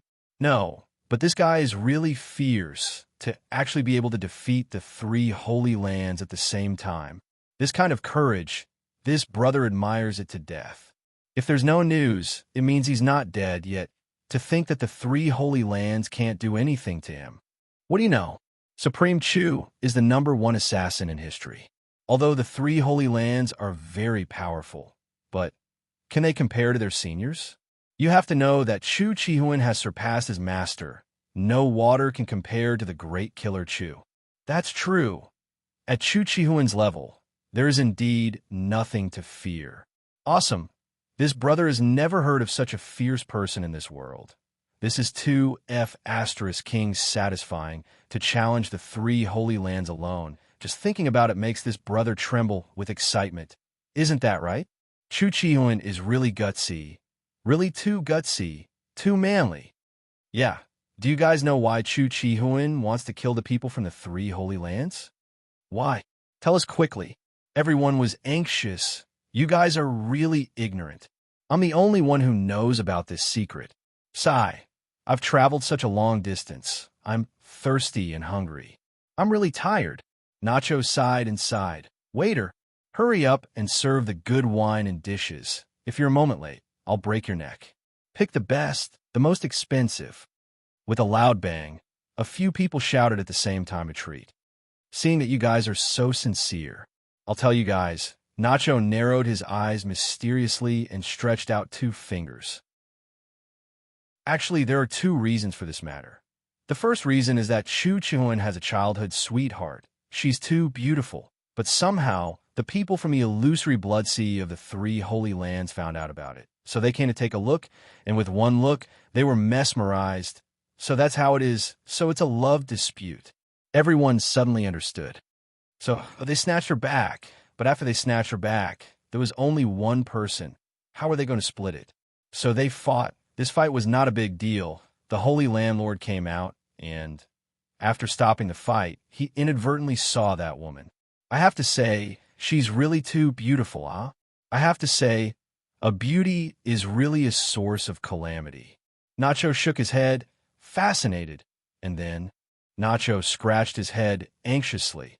And then he took her for himself and indulged in sensual pleasures every night.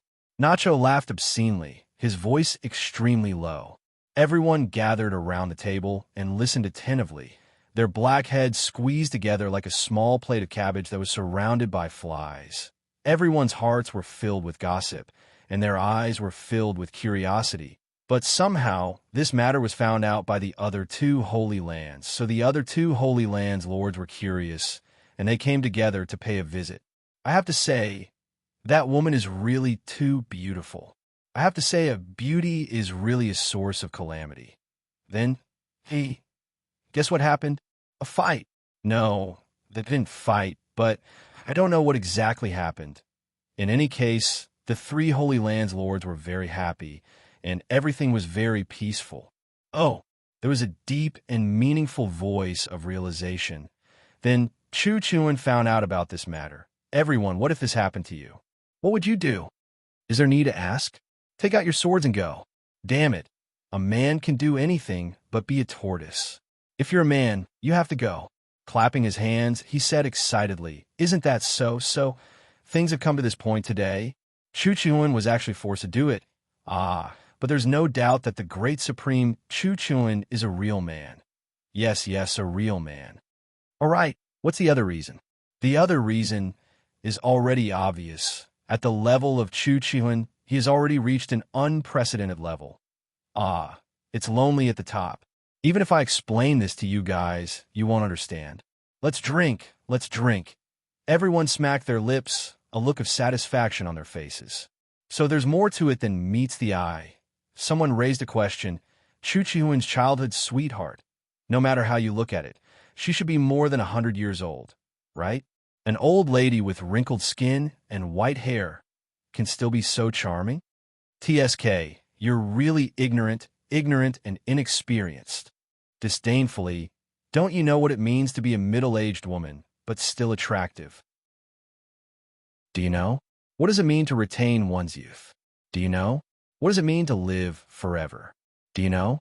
What does it mean to use yang to nourishing? Do you understand? What does it mean? Do you understand now?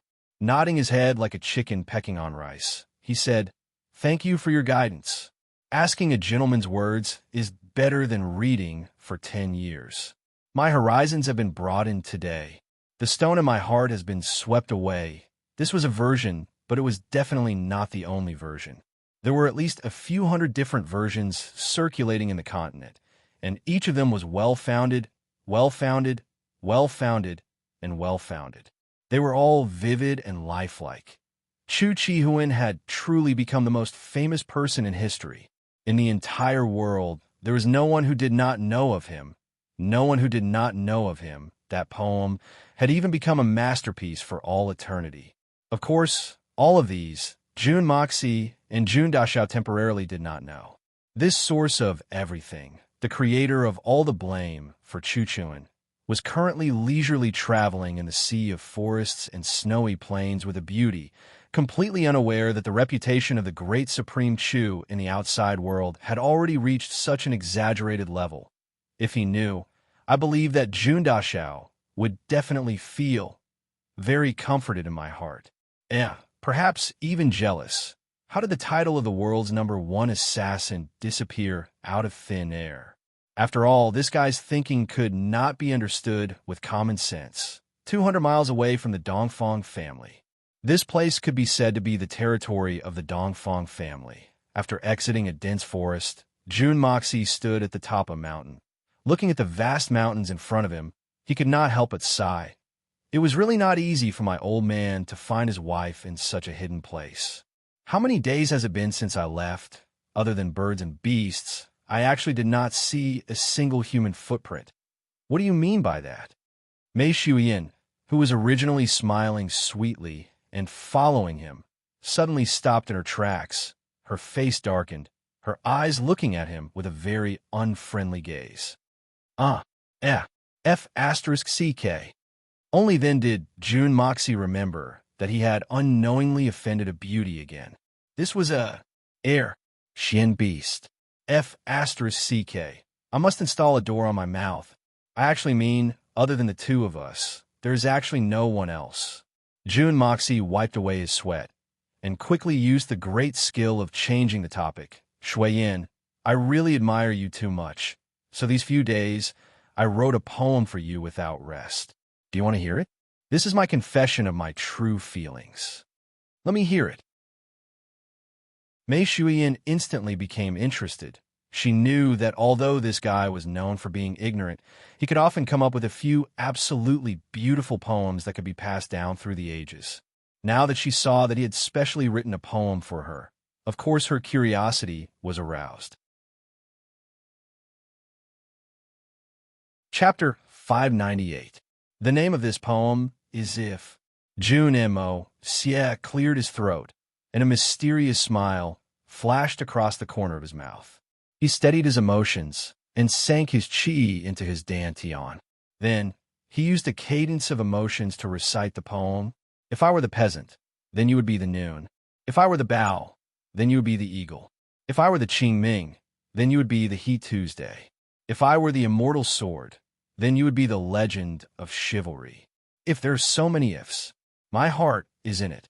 His voice was clear and deep, and it traveled through the dense forest. Thus, the entire valley echoed, peasant noon, peasant noon. After he finished reciting, Jun Moxie looked at Mei Shuyin sincerely and said affectionately, Shuiyin, this is my feelings. It expresses my most sincere feelings for you, and also my desire for you.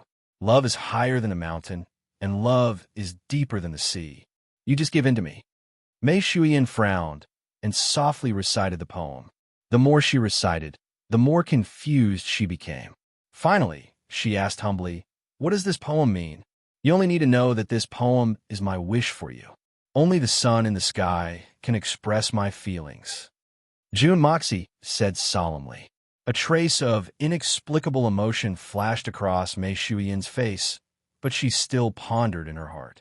The feelings in this poem were quite deep, but the literary standard was too ordinary. She was like this: if there was something she didn't understand, she would keep thinking about it. But this time, she didn't understand at all, and softly murmured. After a long time, when she was about to ask Jun Moxie again, a voice suddenly sounded from afar. Who's making a racket here? Following this voice, a person flew over like a meteor from afar and landed in front of the two. The moment he saw June Emosia, he was immediately overjoyed. Emosia, you brat, you're finally here. I've been counting the days and waiting for you these past few days. I've been waiting for you to show up. The person who came was Dongfang Wendao. June Moxie's third uncle, Dongfang Wendao, saw Mei Xuan and couldn't help but stare at her and said, "This is," he praised in his heart, "my nephew is really capable. He actually found another one. And she's so beautiful. Your niece-in-law, my wife." June Moxie hurriedly introduced. Dongfang Wendao panicked and touched his body left and right. After a long time, Dongfang Wendao looked embarrassed. "Why didn't you say so earlier? I'm your uncle. I didn't bring any greeting gifts." Mei Xuan really suffered a lot of embarrassment when she followed June Moxie. Along the way, as long as they knew each other, June Moxie would introduce them. "This is my wife, my wife, my wife, my wife, my wife." But when he introduced them like this, Mei Xuan couldn't say anything, because these people were all worthy of June Moxie's respect and intimacy. But they were all her juniors. It was really uncomfortable. As time passed, Mei Xuan didn't care about this. She was already used to it. She had also trained to be thick-skinned. If she didn't have thick skin with this guy, she would really die of embarrassment. "What greeting gifts do I need?" June Moxie declined enthusiastically. "When you go back, you can just give me a double. Shui Yin definitely won't mind. You really don't regard yourself as an outsider. Don't you know that your third uncle doesn't have much money?" Dongfang Wendao glanced at his nephew resentfully. "Let's go. Your grandma is waiting for you, and her eyes are already going to become blurry." June Moxie cursed in his heart. "What? Blurry eyes? Even old people will get blurry eyes when they're old. Okay? How can you say that she's waiting for me? What are you talking about?" When Dongfang Wendao said the seventh sentence, "Almost there, just a turn and we'll be there," they finally saw the gates of the Dongfang family. This caused June Emosia to have some doubts about his uncle's concept of distance. From 300 li away, he had already said, "Almost there, just a turn and we'll be there." But up till now, he had already made over 100 turns. The Dongfang family that appeared in front of June Moxie surprised June Moxie. There was a valley in front of him. In the valley, the surroundings were actually fields. Only in the middle, there was a big house with red walls and green tiles. But it didn't have any luxury of an aristocratic family. Instead, it looked like a peaceful and ordinary village.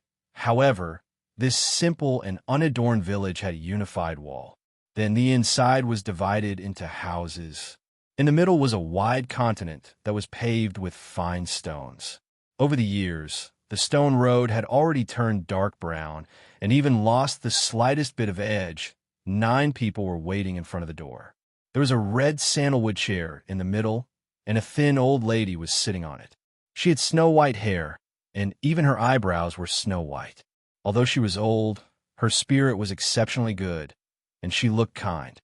Only when her eyes flashed, one could still see the sharpness that she used to dominate the martial world. Her face was full of smiles, and when she saw June Moxie coming, she couldn't help but tear up. "This is your grandmother," Dongfang Wendao said in a low voice. That year, she used a technique to maintain her youth. She looked like she was in her 30s or 40s, even though she was in her 70s or 80s. But when your mother was brought back, she looked so miserable.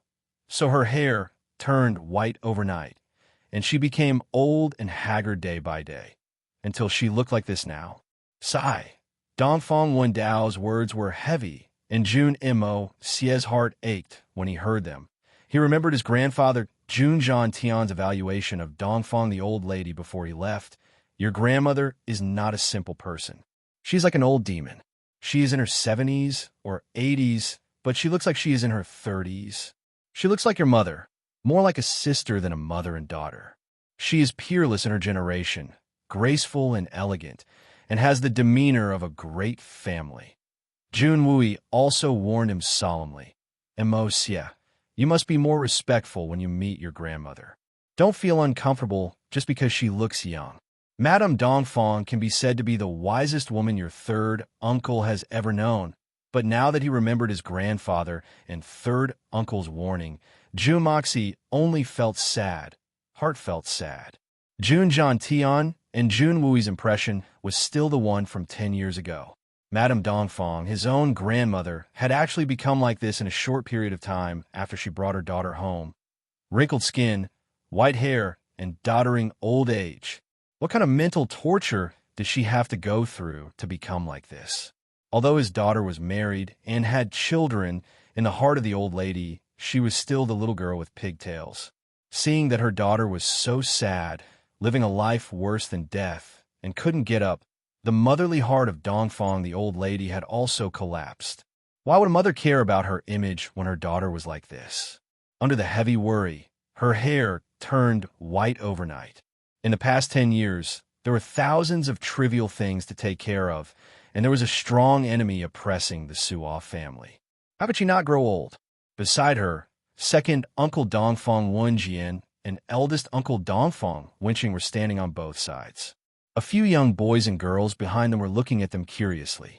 There were also 3 dignified, middle-aged, beautiful women looking at Jun Moxie and Mei Shuiyin quietly. The old woman didn't speak, and neither did they. Is it when Xian's son, Mo-sia, Jun Moxie? Old Madame Dongfang stood up shakily and looked at the young face in front of her. In a trance, she seemed to see the shadow of her daughter when she was young. In a trance, she seemed to see her daughter walking over delicately. Suddenly, she thought of her daughter who was still unconscious and her heart was tightly shut. Suddenly, her eyes turned red. She forced herself to take 2 steps forward, her white hair fluttering in the wind. Her voice trembled a little. Come closer, come quickly. Let Grandma have a good look. My grandson, why did you come so late? An indescribable bitterness rose in Jun Moxie's heart. He forced a smile and moved forward slowly. He knelt down on one knee and raised his head to look at the strong old woman who had sacrificed so much for her children. His heart was filled with respect, affection, and indescribable bitterness. That year, Jun Wu Hui died in an accident. Dongfang went Xian heard the bad news and fell ill. But the old lady of Dongfang came out of her seclusion and slaughtered the world. The assassins of the Dongfang family were everywhere, and the whole continent was shaken. They washed the Xian Empire with blood. That year, Jun Mo and Jun Mo Cho were mysteriously murdered. The Dongfang family took revenge. Blood flowed for thousands of miles. Even the Tianxiang Imperial Palace was filled with human heads. All of these were the masterpieces of the old lady. For her children, she did not hesitate to use the weak power of the Dongfang family to fight against the whole world. What kind of boldness was that? Even if she had to slaughter the whole world, she had to take revenge. What kind of deep hatred was this? All of this was for her daughter, for that true love. Similarly, it was precisely because of this that the Dongfang family suffered from the combined forces of the 3 supreme martial artists. At the end of their rope, this peerless beauty of a generation had unwillingly sworn a vow. Carrying with her endless regrets and a heart full of pain, she faded out of the martial world. Her revenge was not avenged. Her blood was not paid. She had no choice but to return from then on. There was no way for her to return. Facing her daughter's endless pain day and night, facing the helplessness in her heart, facing the pain that was equivalent to a lifetime of pain, how could this mother, who loved her daughter, endure it? The sword peak collapsed, and the Xian beast came out of Tian Fa. How could the old man feel good about spending the past 10 years in such a remote place where no one would ever tread? How could there be a chance to fulfill such harsh conditions? If there was no day, wouldn't the Dongfang family's descendants die of old age in the mountains? For the sake of a daughter, she had to implicate the whole family. Even if she had no regrets, it would be difficult for her to face the other family members.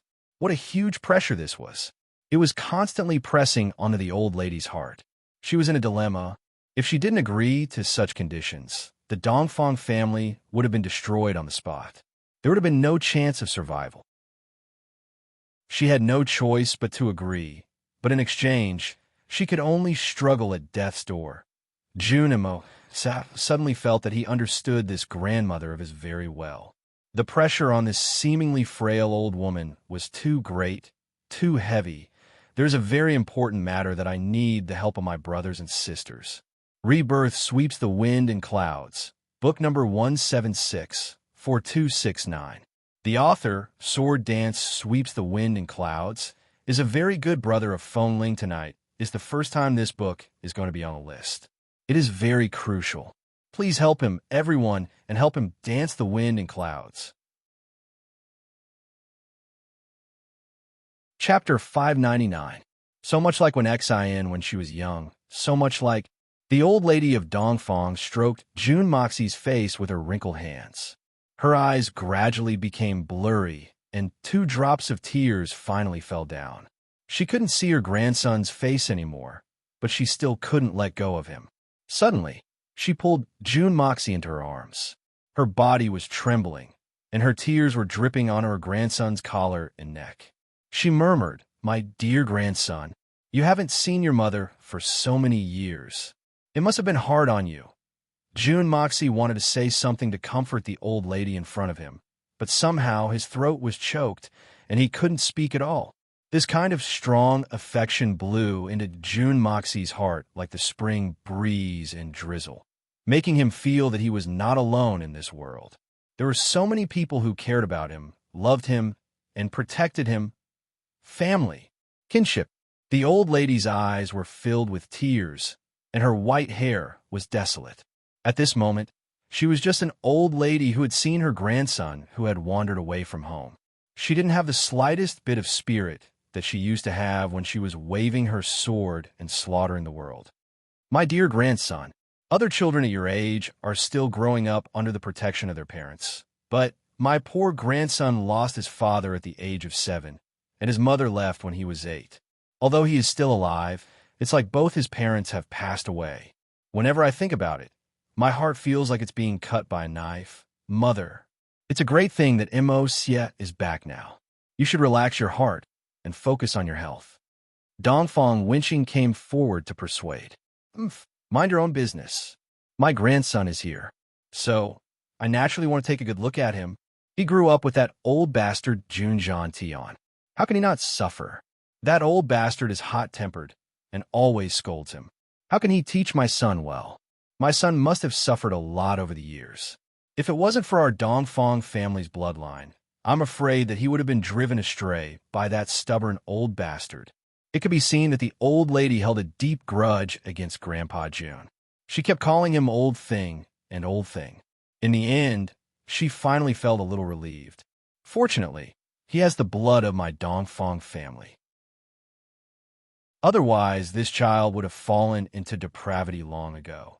A few years ago, when she heard about Mo's deeds, the old lady was so angry that she almost rushed out of the mountain to find Junjian Tian to settle the score. In the old man's heart, the child was naturally good. Even if the child became bad, it was because Junjian Tian did not fulfill his responsibility to teach the child. That old man was a blockhead. How could he know how to teach the child? June Moxie didn't know whether to laugh or cry when he heard this after a long time. The old lady finally calmed herself down. She took a handkerchief from a noble woman behind her and wiped her eyes. Then, she looked at Mei Shuyan and asked June Moxie with a smile on her old face, "Xia, this girl is my granddaughter-in-law? She looks so pretty. Come, girl, turn around and let Grandma have a look." June Moxie nodded hurriedly like a chicken pecking at rice. "Grandma has a discerning eye. This is my granddaughter-in-law. Are you satisfied with her? If not, I'll beat her up tonight." June Moxie's words made Mei Shuyan roll her eyes. Mei Shuyan snorted in her heart. "We're in front of others. I'll give you some face and not argue with you. Beat me up? You? It's hard to say who's going to beat who up. Just you wait. I won't take care of you tonight. Do you think my tofu is that delicious?" "Ha, you little brat. How can you say that? A daughter-in-law needs to be doted on. How can you say that you want to beat her up? Besides, can you really bear to beat such a fairy-like person?" The old lady smiled and looked Mei Shuyan up and down carefully. She nodded repeatedly and narrowed her eyes. Satisfied, she said, "Mo, you have a good eye. This girl is pretty, and she has big breasts and a big butt. She'll definitely give birth to a son. You can't just lay your hands on her. Mei Shuiyan's face instantly turned red. She almost stamped her feet in embarrassment. I'm a #1 beast king of Tian Fa. Even if you're June Moxie's grandma. Why actually say that to me? June Moxie beamed with delight. Grandma is right. She'll definitely give birth to a son. I have confidence in this. There's definitely no problem. At the same time, he was very curious. Is the Dongfang family really so out of touch? They actually don't know that Shui Yin is the venerable Mei? And if you have a child, you have to send him to me. Grandma will take care of him and educate him well. Your grandfather is careless. How would he know how to take care of a child? I don't want to lead a child astray. Let's talk about you. If it wasn't for your mother's bloodline, it would be hard to tell you. If that old man gets angry, Grandma will scold him. Thinking of June Moxie's reputation as a profligate son, the old lady obviously still held a grudge. What? Send him here? Not to mention Grandpa. Even I won't be able to get through this. June Moxie's face twitched. He looked at the deep mountains and old forests. F***CK. This place is even more remote than the Tian Fa forest.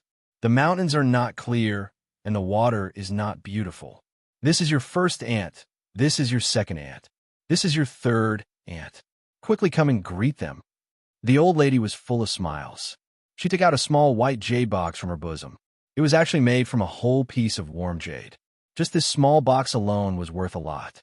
Opening the small box, there was a small phoenix standing proudly inside. The phoenix's body was actually colorful. Its eyeballs and feathers were even more lifelike. It was as if it had come to life and could spread its wings and fly at any time. This radiant rainbow phoenix is made from a piece of multicolored jade. It naturally formed 7 colors, and they are all 7 pure colors, without any impurities. Coincidentally, it also formed the image of a phoenix. That year, a famous craftsman, Lu Xiaoshou, spent 3 years to take it out completely. It is a rare treasure. When it first appeared, it caused a huge uproar in the world. It became the dream of all the women in the world. That year, it even caused countless bloodshed and disputes. Later on, it fell into my hands, and I could not bear to take it out.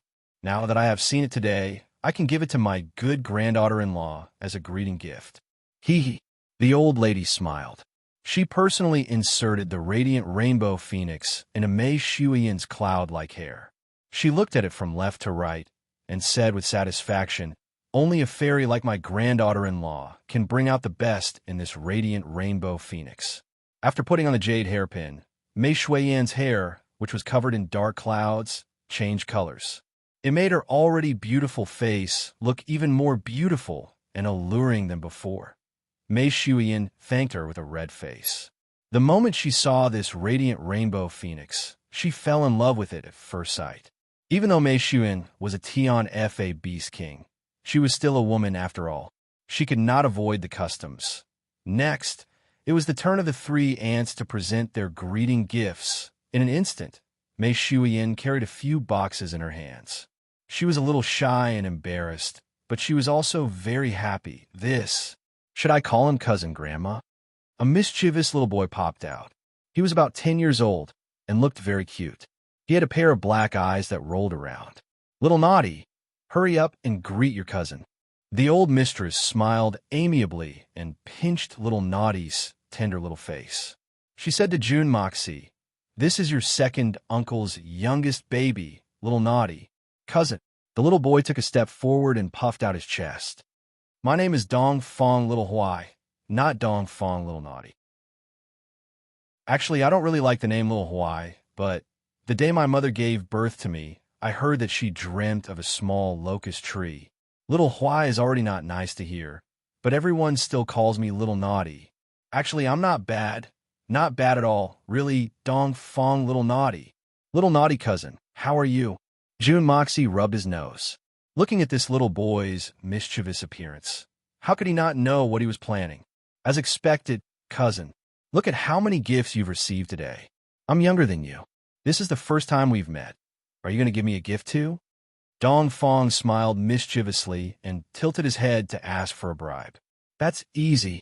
Didn't you just say that you're not satisfied with this name? Cousin, how about you give me a nice name? It's absolutely awe-inspiring, so that people will be shocked when they hear it, and they will never forget it. It's the kind of name that has the bearing of an unparalleled master. Jun Moxie rolled his eyes. What name? I'm thinking of changing it, but my parents won't let me. It would be best if cousin could give me an awe-inspiring name. The little boy suddenly forgot about asking for a gift and became excited. Well, Dong Fong Lil Huai, it's really not awe-inspiring, and the locust tree is the ghost of the tree, so it's a little inauspicious. How about this? Jun Moxie smiled mischievously and said, How about you change your name to Booby? Dong Fong Booby. Dong Fong family will never be defeated. How about it? Isn't it bold enough? Dong Fong Booby. That's great. This name is too awesome. In an instant, the little boy's face lit up with excitement. He turned over and somersaulted twice and announced loudly, From now on, my name is Dong Fong Booby. That's right, but you have to work hard. You have to live up to the awe-inspiring name of Booby. Also, I've thought of a slogan for you. Jun Moxie said mysteriously. What slogan? Dong Fong Little Huai's eyes were filled with enthusiasm. In the future, when you roam the martial world and someone asks for your name, you have to say this. Jun Moxie puffed out his chest, raised his head, and put one foot in front and one foot behind. He put on the air of a peerless master who looked down on the world, and with his steady and dignified voice, he shouted leisurely, Sunrise, Dong Fong. Only I. Booby, Sunrise, Dong Fong. Only I am Booby. Dong Fong Little Huai. No. Dong Fong Booby cried out loudly, and looked at Jun Moxie with eyes full of admiration. Sunrise, Dong Fong. Only I am Booby. It's really too awe-inspiring, too classy. Wow, cousin, you're really too talented. I announce that from now on, you're my Dong Fong Little. No, you're my Dong Fong Booby's idol. After settling the matter of Dong Fong Booby, Jun Moxie smiled with a sense of accomplishment. He looked at the people around him, and they all had a look of approval on their faces. They were very satisfied that Jun Moxie had obtained the name Booby Dong Fong. The Dong Fong family must have this kind of domineering aura. Sunrise, Dong Fong, only I am Booby. To the Dong Fong family, the fact that their grandson had received this name was an unexpected gift. Chapter 600. Uncle, that's my name. My cousin gave it to me. Why can't I use it? The little boy was so anxious that his face turned red. He jumped 30 feet high and protested strongly with his voice that had yet to change. You're just a kid. It's good enough that you have such a cool name. This slogan should be left to the Dong Fong family. Jump again, and I'll cancel your name. Only the first in the family competition can be called Dong Fong Invincible. Dong Fong Winching threatened him directly. The little boy was stunned. All right, what's the fuss? Hurry up and go in. Third brother's house. Have you cleaned up the guest room I asked you to? I want the best. Come, let's go to the main hall and drink some tea to moisten our throats. My grandson has traveled thousands of miles and must have had a hard time. Now that we're here, we're going home. Let's rest first. The old lady of Dong Fong held Mei Shuiyan's hand affectionately and held Jun Moxie's arm with her left hand. She was so happy that she walked quickly. Just as he reached the entrance of the hall, Jun Mo Xie jumped in fright. There was a large group of women standing in front of the entrance. Surprisingly, there were more than 100 of them waiting. Come, Mo Xie. I'll introduce you. The old lady was obviously unhappy. She pointed at the largest group and said, These are all your uncles, family members. This is your second aunt. This is your third aunt. This is your 17th aunt. And this is your 59th aunt. That's not a lot, right? Jun Moxie was shocked. He stood there in a daze. His mouth was wide open, and he couldn't close it. Awesome. Too awesome. When he first heard about it, it was just a number. After all, seeing is believing. Now that he saw it with his own eyes, he was shocked. His uncle was too powerful. 59th. The most amazing thing was that the 59th aunt seemed to be only 1 or 2 years older than him. She definitely didn't use some kind of technique to maintain her youthful looks. Her young face was definitely not something that could be faked.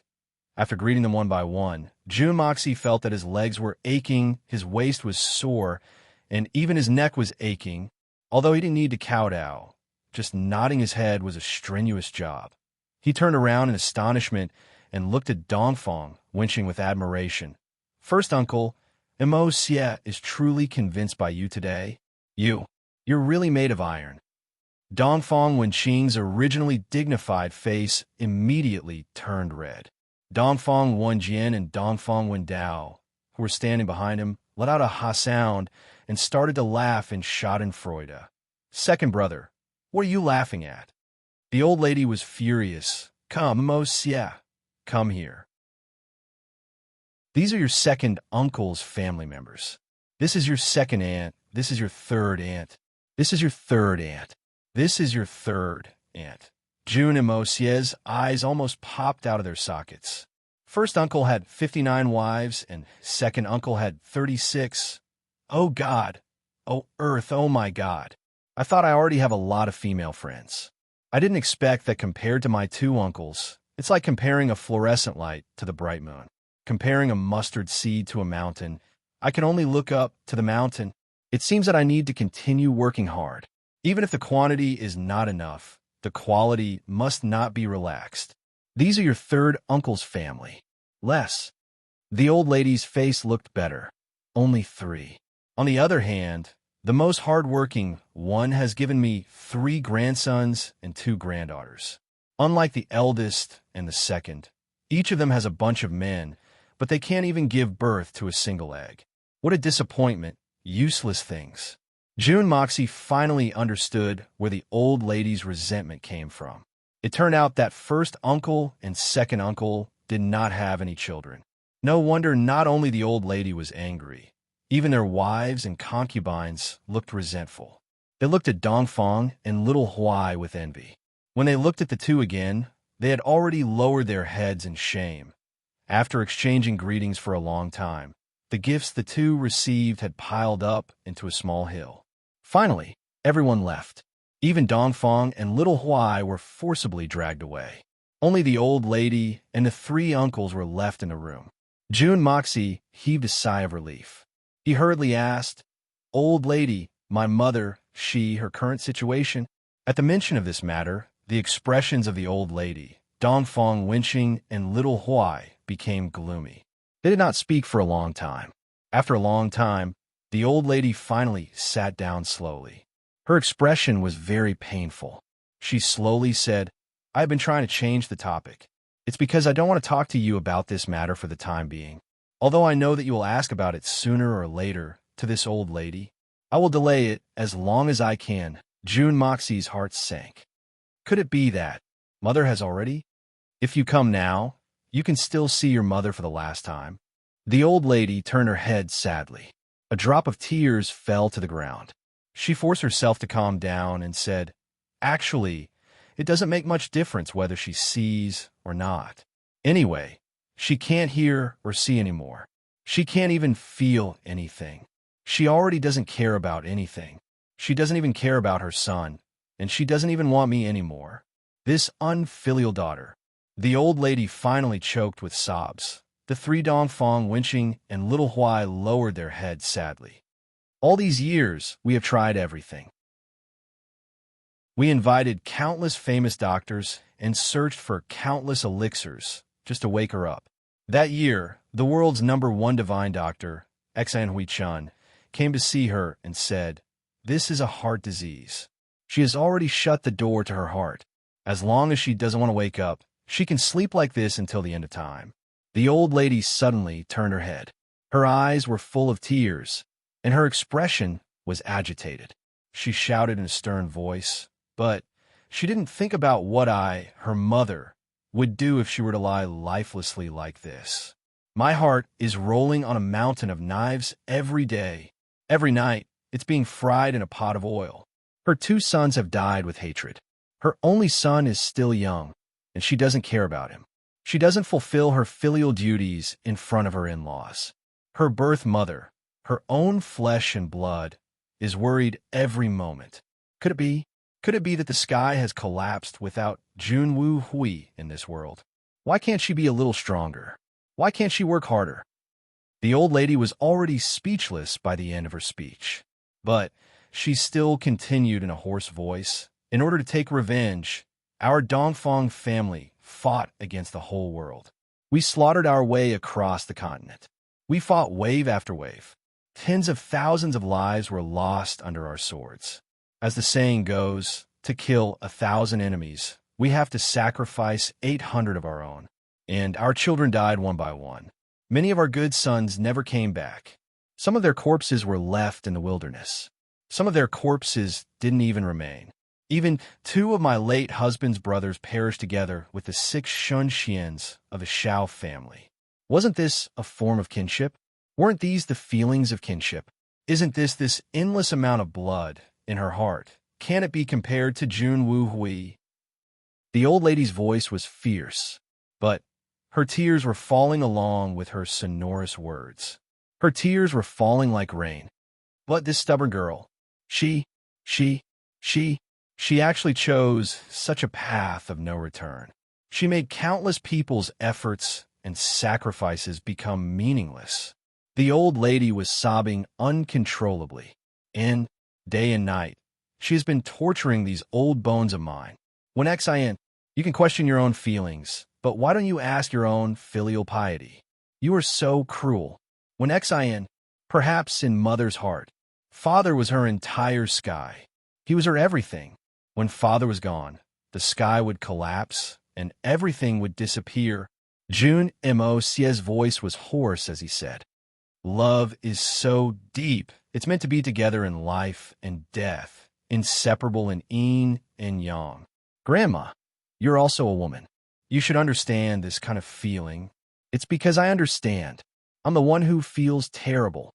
The old lady was furious. Her tears flowed freely. What's the use of her lying there like this? I wanted to stab her with my sword countless times. I wanted to release her from this endless sea of suffering. I want to fulfill her wish to be with me in the underworld. But she is my daughter, my biological daughter. She was raised by me from a young age. I held her in my hands and feared that she would fall. I held her in my mouth and feared that she would melt. She is my heart, my liver. How could I do it? How could I do it? Just thinking about it made his heart ache so much that it could overturn the seas and rivers. But if I don't do it, when will she be able to endure? When will it end? Everyone was silent. Dongfang winching and the other 2 people lowered their heads. Their eyes were red and glistening with tears. Fortunately, the Linglong treasure tree that has been supporting her life has exhausted all its vitality. It's starting to wither. She should go. Now that you're here, you can finally see her one last time and send her on her last journey. It's like there's a descendant to send her on her last journey. The old mistress fell to the ground weakly. Her eyes were lifeless, and her white hair was disheveled. Suddenly, it was as if all the energy in her body had disappeared. It was as if her life force had been released along with that furious roar. Mother, you know my sister's character very well. She's always so passionate and focused. You know it better than anyone else. Why do you have to do this? Dongfang Wendao wiped his tears and said, "To love only one person in life and death." Mother, my sister's character is very similar to yours. When father died early, didn't you also want to leave us 4 siblings behind? At that time, little sister was only 3 years old. We stayed with you day and night. We were afraid that you would suddenly leave us behind. But even so, you still tried to commit suicide a few times. We were all scared out of our wits. The old lady let out a long sigh. She seemed to have recalled something. A gentle smile slowly appeared on her aged face. She muttered, "This is different. Your father was a heroic man. He was unrivaled in his martial prowess. He was the #1 man in the world. That Junwoo Hui, how could he be compared to your father? Chapter 601. Sigh. Do the women of our Dongfang family have to bear such a tragic fate? The old lady of Dongfang looked up to the sky and sighed. Her expression was mournful. Don't give birth to a daughter in the royal family. And don't marry a hero. It's too hard to marry a hero. It's too tiring. It's too sad. The three of you must remember, the daughters of the Dongfang family must be the wives of ordinary people, and not the wives of a hero. I'd rather them marry into an ordinary family, where the man plows and the woman weaves, and the husband sings and the wife follows, supporting each other until their hair turns white, and living an ordinary life. I don't want them to experience such a passionate love. Because if such a thing happens, it's often the loss of thousands of lives and the destruction of the entire family. At the very least, the whole family will be in a miserable state and will never be able to get rid of it for the rest of their lives. That being said, which woman in the world doesn't want to marry an indomitable hero?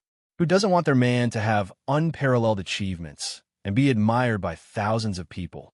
An ordinary person and a hero like Junwoo Hui, if placed in front of a woman, who would she choose? He believed that the majority of good women would rather follow a hero and suffer for the rest of their lives than choose to grow old with an ordinary man.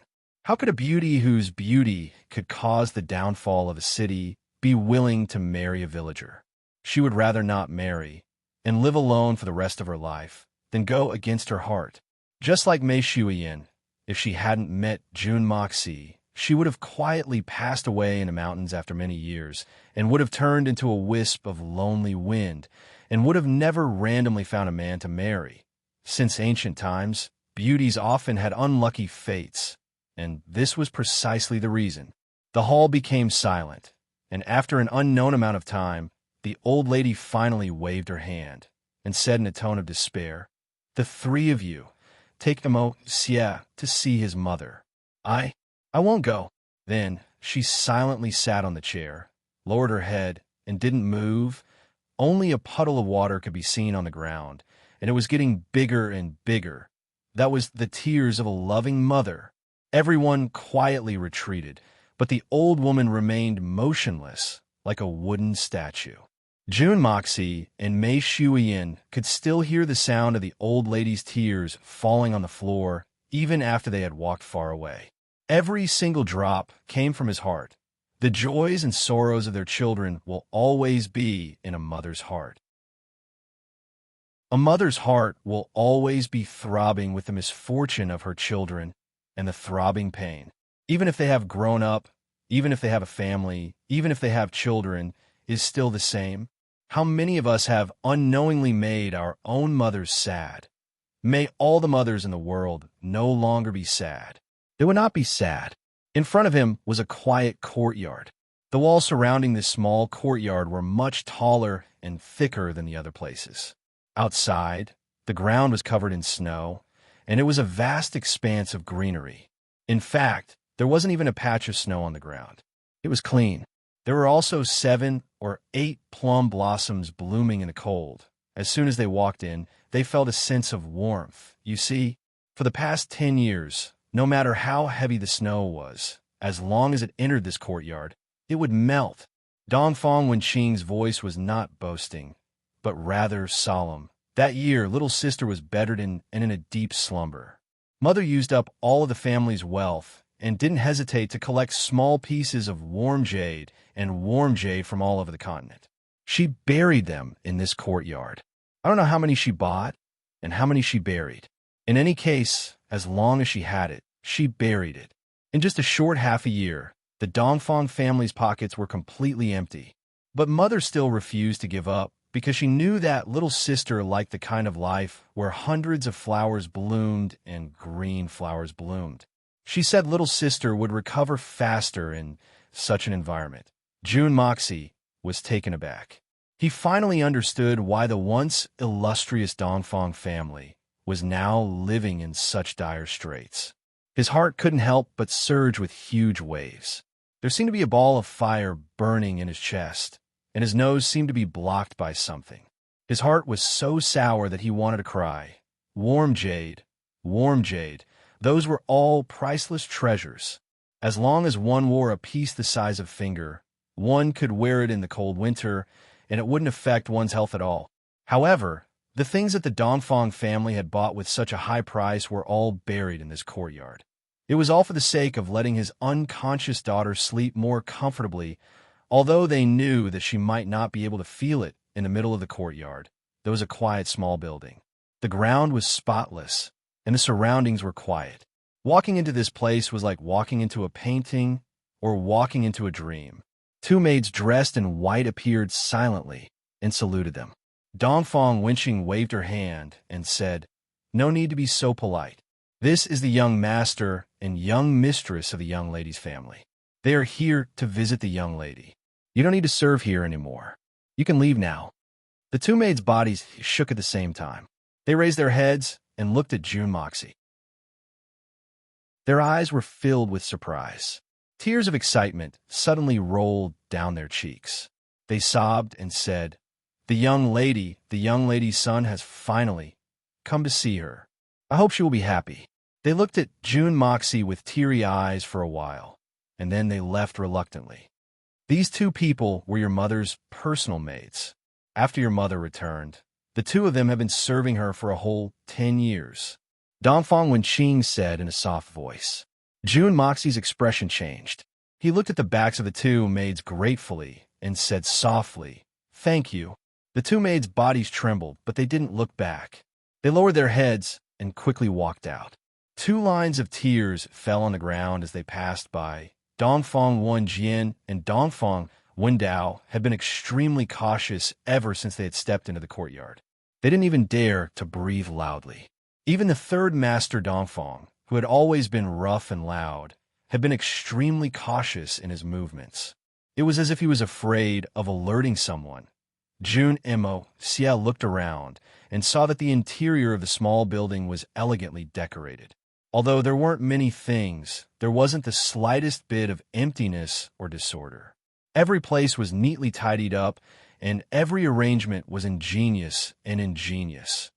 A living dead person who had been asleep for 10 years lived here, but there was not the slightest smell in the air. Instead, there was a faint floral fragrance in the air. June Moxie sighed in his heart. Together with Mei Xuan, he followed Dongfang, winching up the stairs quietly. Dongfang Wenjian and Dongfang Wendao were excited.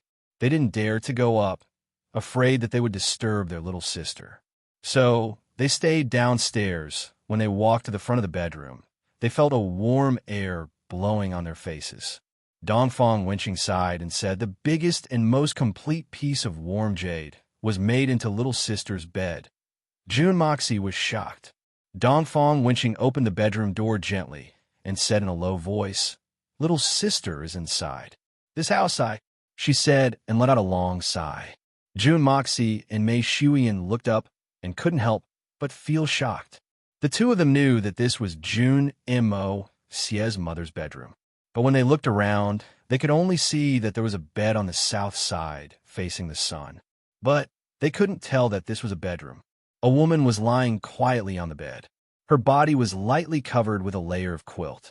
From here, they couldn't see her face clearly, but she was sleeping peacefully. On her chest, there was a small green tree that looked like it was carved out of jade. It was glowing slowly. It was nourishing Dongfang Wenxian's body, but the branches and leaves had already withered and curled on the surrounding walls. There were pictures hanging neatly. June Moxie only glanced at them, and suddenly his heart was shocked. Then he burst into tears. Jun Wu Hui. They were all pictures of his father, Jun Wu Hui. Jun Wu Hui in his military uniform. Jun Wu Hui who dominated the battlefield. Jun Wu Hui riding on a horse. Jun Wu Hui in casual clothes. Jun Wu Hui in white with a sword. Jun Wu Hui smiling. Jun Wu Hui frowning. Jun Wu Hui angry.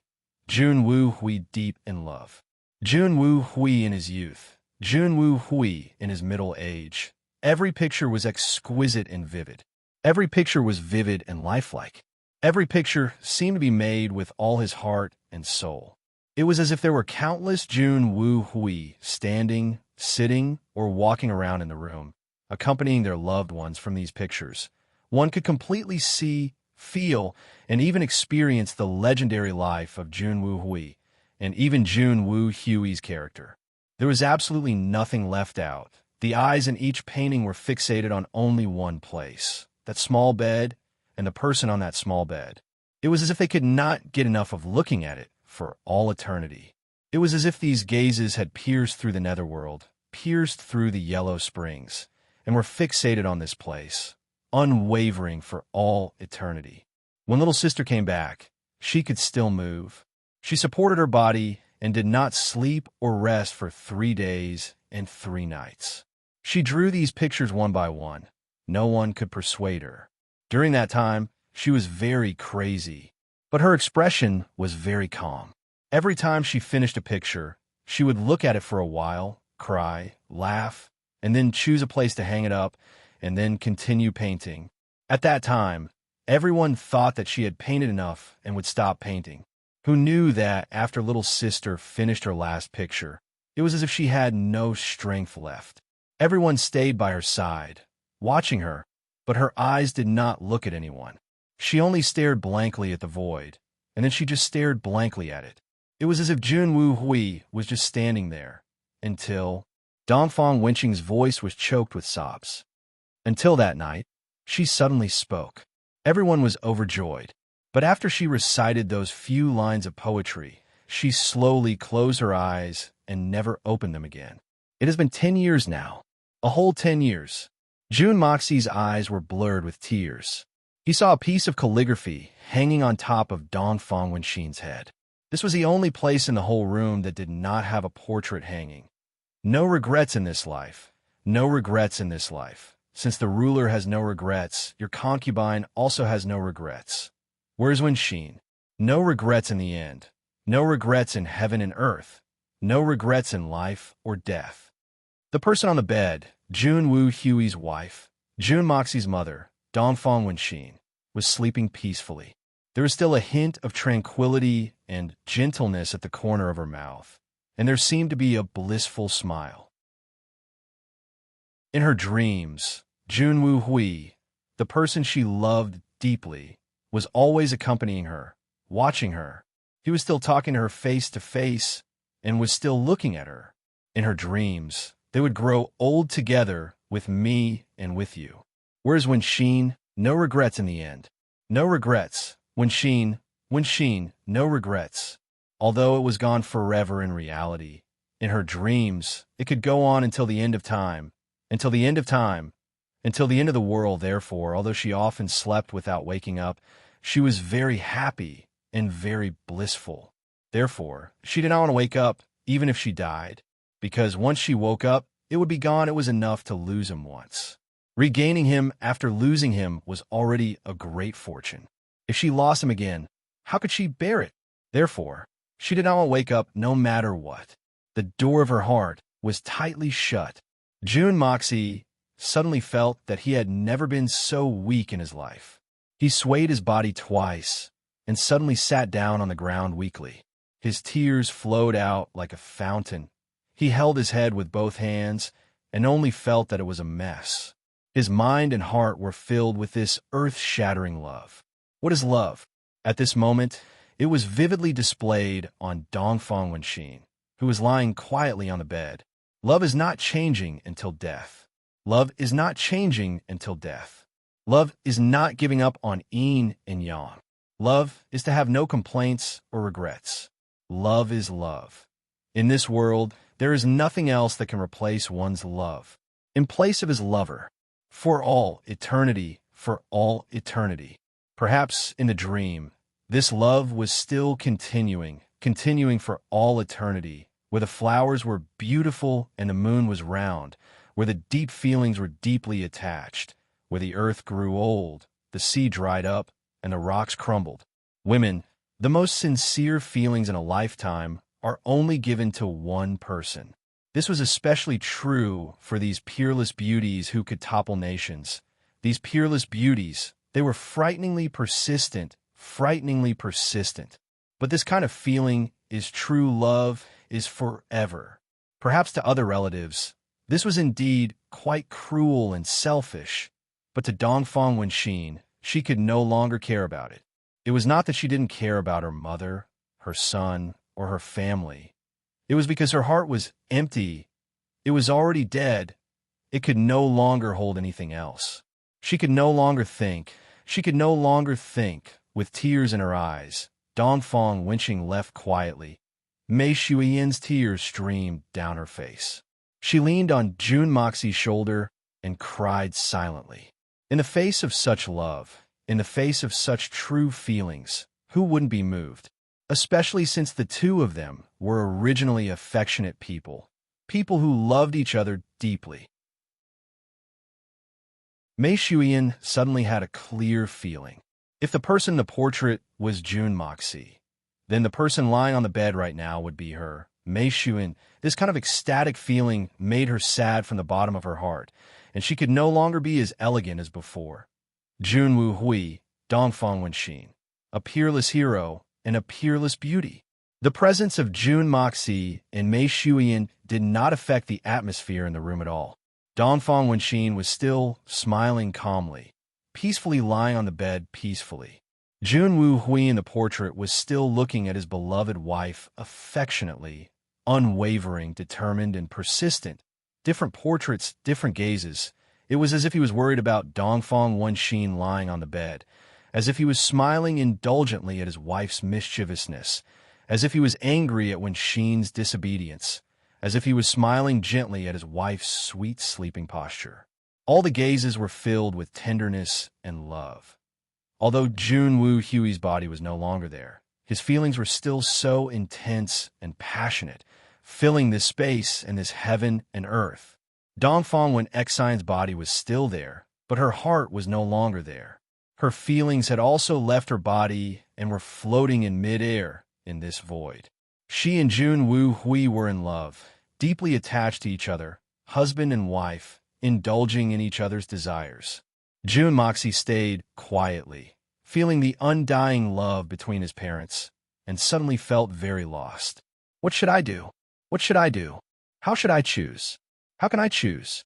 With the vast spiritual energy in the Hongjun Pagoda, Jun Moxie was 100% sure that he could wake up Dongfang Wenxin. But, so what if he woke up? What if he woke up? Jun Wu Hui was already gone. How could Dongfang Wenxin live alone? Instead, in the dream, they could stay together until the end of time. Which plan was better for his mother? Before she fainted, her 3 sons were still alive, and when she woke up, she was told that 2 of her 3 sons had died. Her husband died, and her sons lost. How could she bear it when she woke up? Wouldn't that be even worse than death? Jun Moxie, was an orphan in my previous life. Although my father died early in this life, I still have a mother to look forward to. Although my mother is in a deep sleep, she is not dead. Jun Moxie had always longed for it, and had always been very anxious. He had even imagined countless times in his heart, what would it feel like to really be in his mother's arms?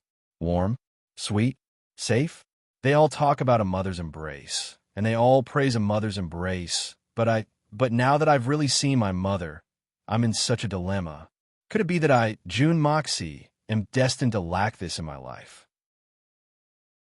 In this life, I practice the art of unlocking heaven's fortune, and from then on, I will not fall into the cycle of reincarnation beyond the 3 realms, and from then on, I will no longer have to worry about life and death.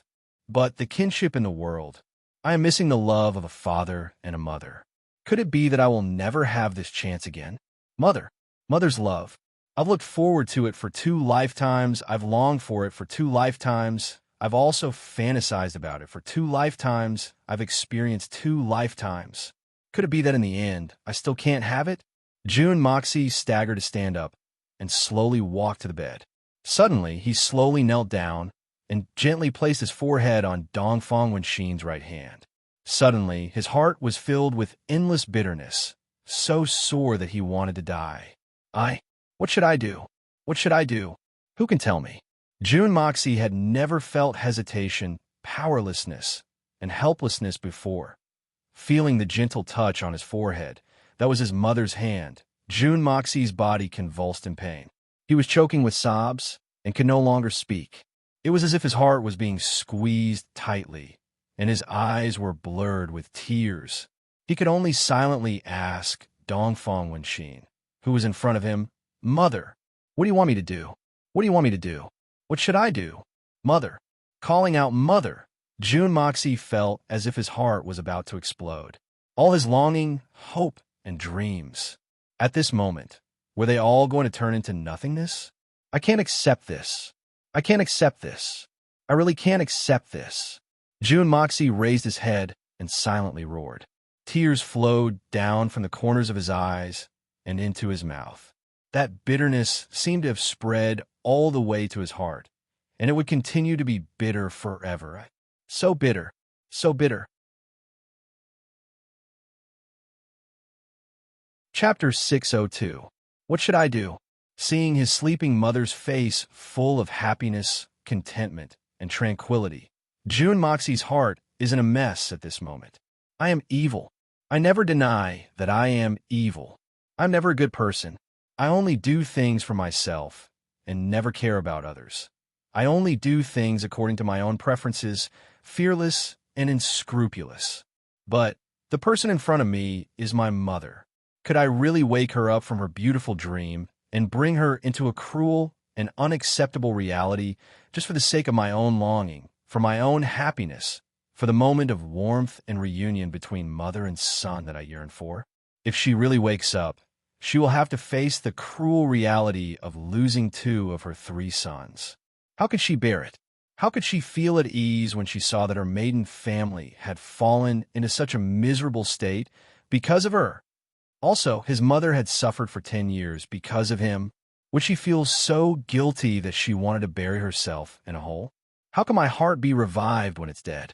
How could he let a woman whose heart had died once again face the painful life of death?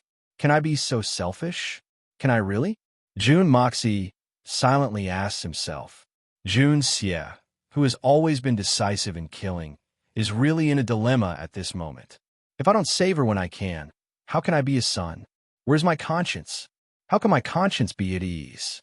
It was unacceptable for a son to watch his mother fall into a deep sleep. He could have saved her, but he didn't. How heartless was that? What's wrong with you? Mei Shuiyin is also choking with sobs because of everything in front of her, but with her unparalleled cultivation, she's keenly aware that something is wrong with Jun Moxie. Jun Mo Xie shook his head in agony. He stretched out his trembling hand and grabbed the small tree that was on the verge of withering on his mother's body. The moment he came into contact with it, he felt a jolt in his heart. The moment he came into contact with it, he could clearly feel that his skin had gained a lot of vitality. There was actually such a rare treasure in the world. With such a miraculous treasure, no wonder it could extend Dongfang Wenxin's life for 10 years. Under Mei Shuiyin's confused gaze, Jun Moxie closed his eyes and used all his strength to activate the power of wood in his body. At this moment, his mind was in unprecedented grief. He connected with the Hongjun Pagoda, and all the pure energy in his body was turned into the power of wood. 4. Mother, perhaps you really don't want to wake up. Perhaps you'd rather continue your long-cherished wish of spending a lifetime together in a dream. But even if it's a dream, I still hope to be part of your dream. I want this dream of yours to be more comfortable. Power of wood. Ever since Jun Moxie obtained this new ability, he had been practicing it. He had never slacked off, but he had never used it. But what exactly was the power of wood? The power of wood represented the purest essence of plants in the world. As long as there is enough power of wood, any magical seed can sprout, branch, bloom, and bear fruit in an instant. As long as there is enough power of wood, a tree can wither and die in an instant, and a dying plant can be rejuvenated with a snap of a finger. Seize the fortune of heaven and earth, gather the essence of the sun and moon, and transform it into the spiritual chi of the 5 elements. Power of wood. Is it shocking? Is it revealing his strength? Is it revealing his trump card? Right now, Jun Moxie did not think about it all. He was only wholeheartedly creating a comfortable environment for his mother. Mei Shuiyin's puzzled gaze turned into astonishment, and then into horror. What kind of shocking change could cause such a calm person like her to be so shocked? Because everything in front of her eyes was too unbelievable. In June Moxie's hands, the magical little tree that was about to wither was rejuvenated at a speed visible to the naked eye.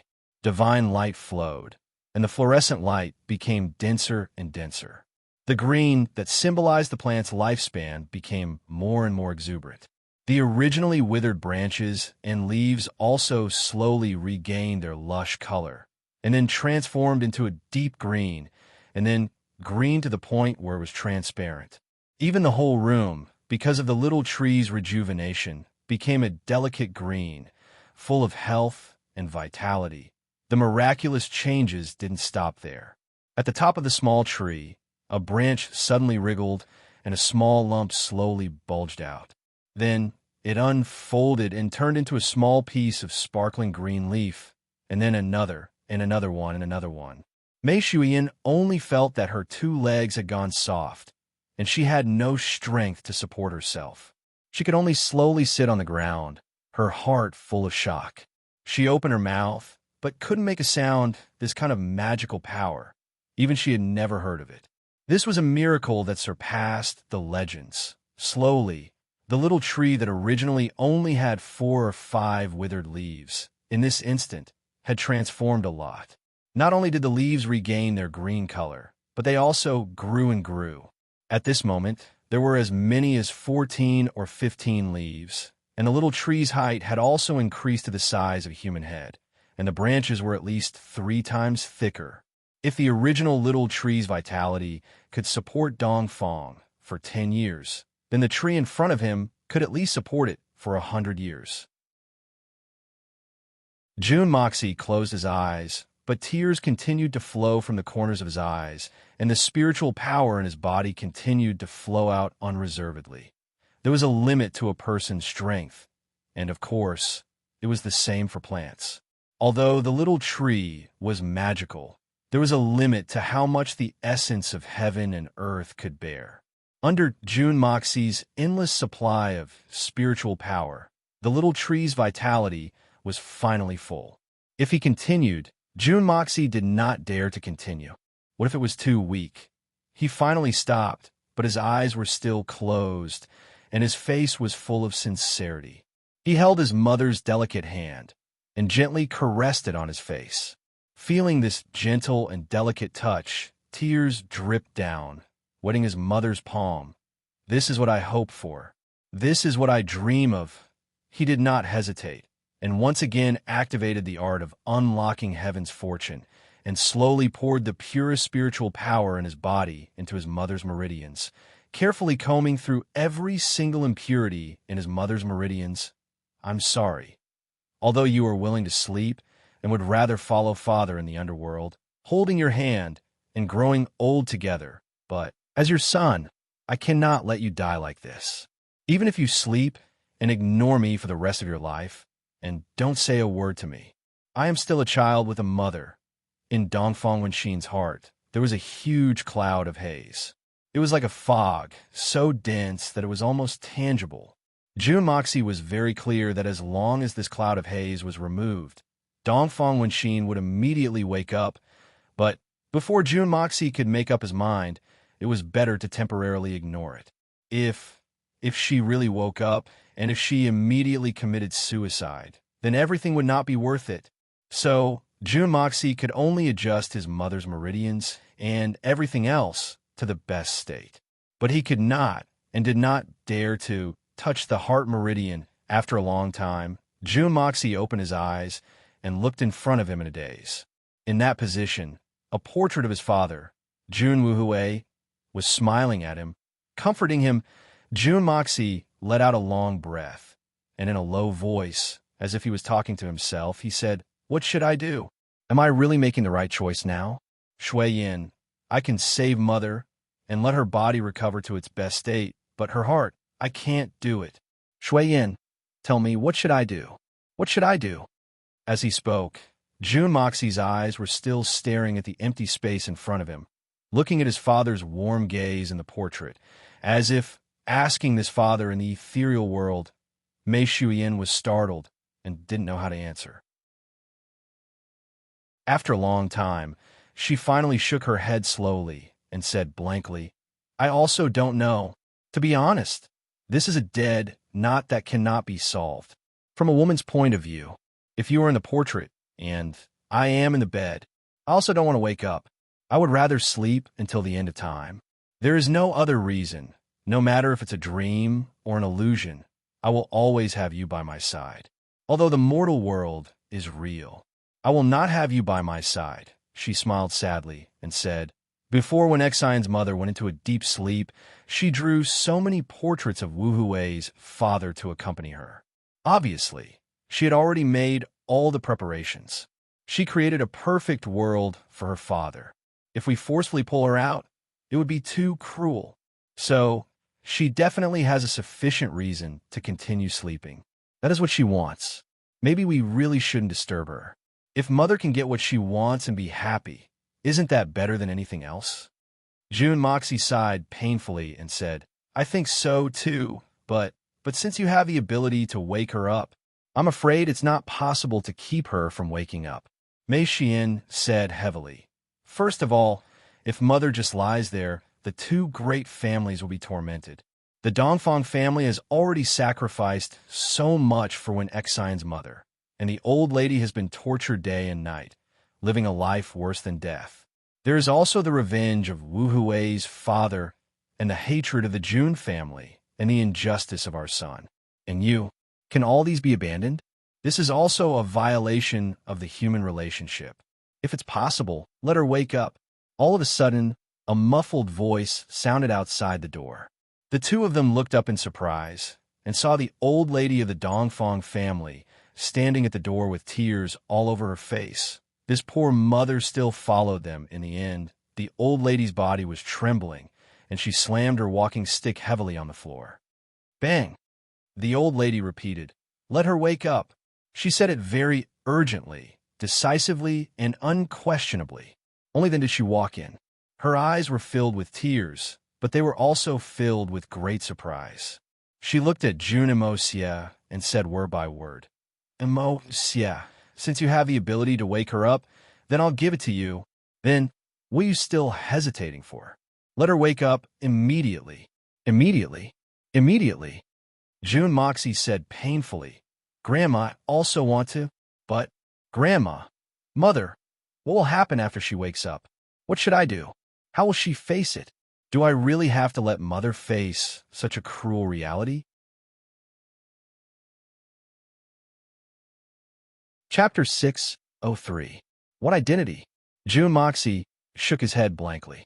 Could it be that his mother had another identity that he didn't know about?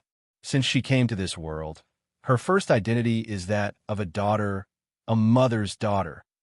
The old lady of Dongfang's white hair fluttered in the wind. Tears rolled down her cheeks, but she looked at Jun Moxie without blinking. Secondly, she is the sister of my 3 brothers. Then, she is Jun Wu Hui's wife. Then, she is the daughter-in-law of the Jun family. And finally, she is your mother.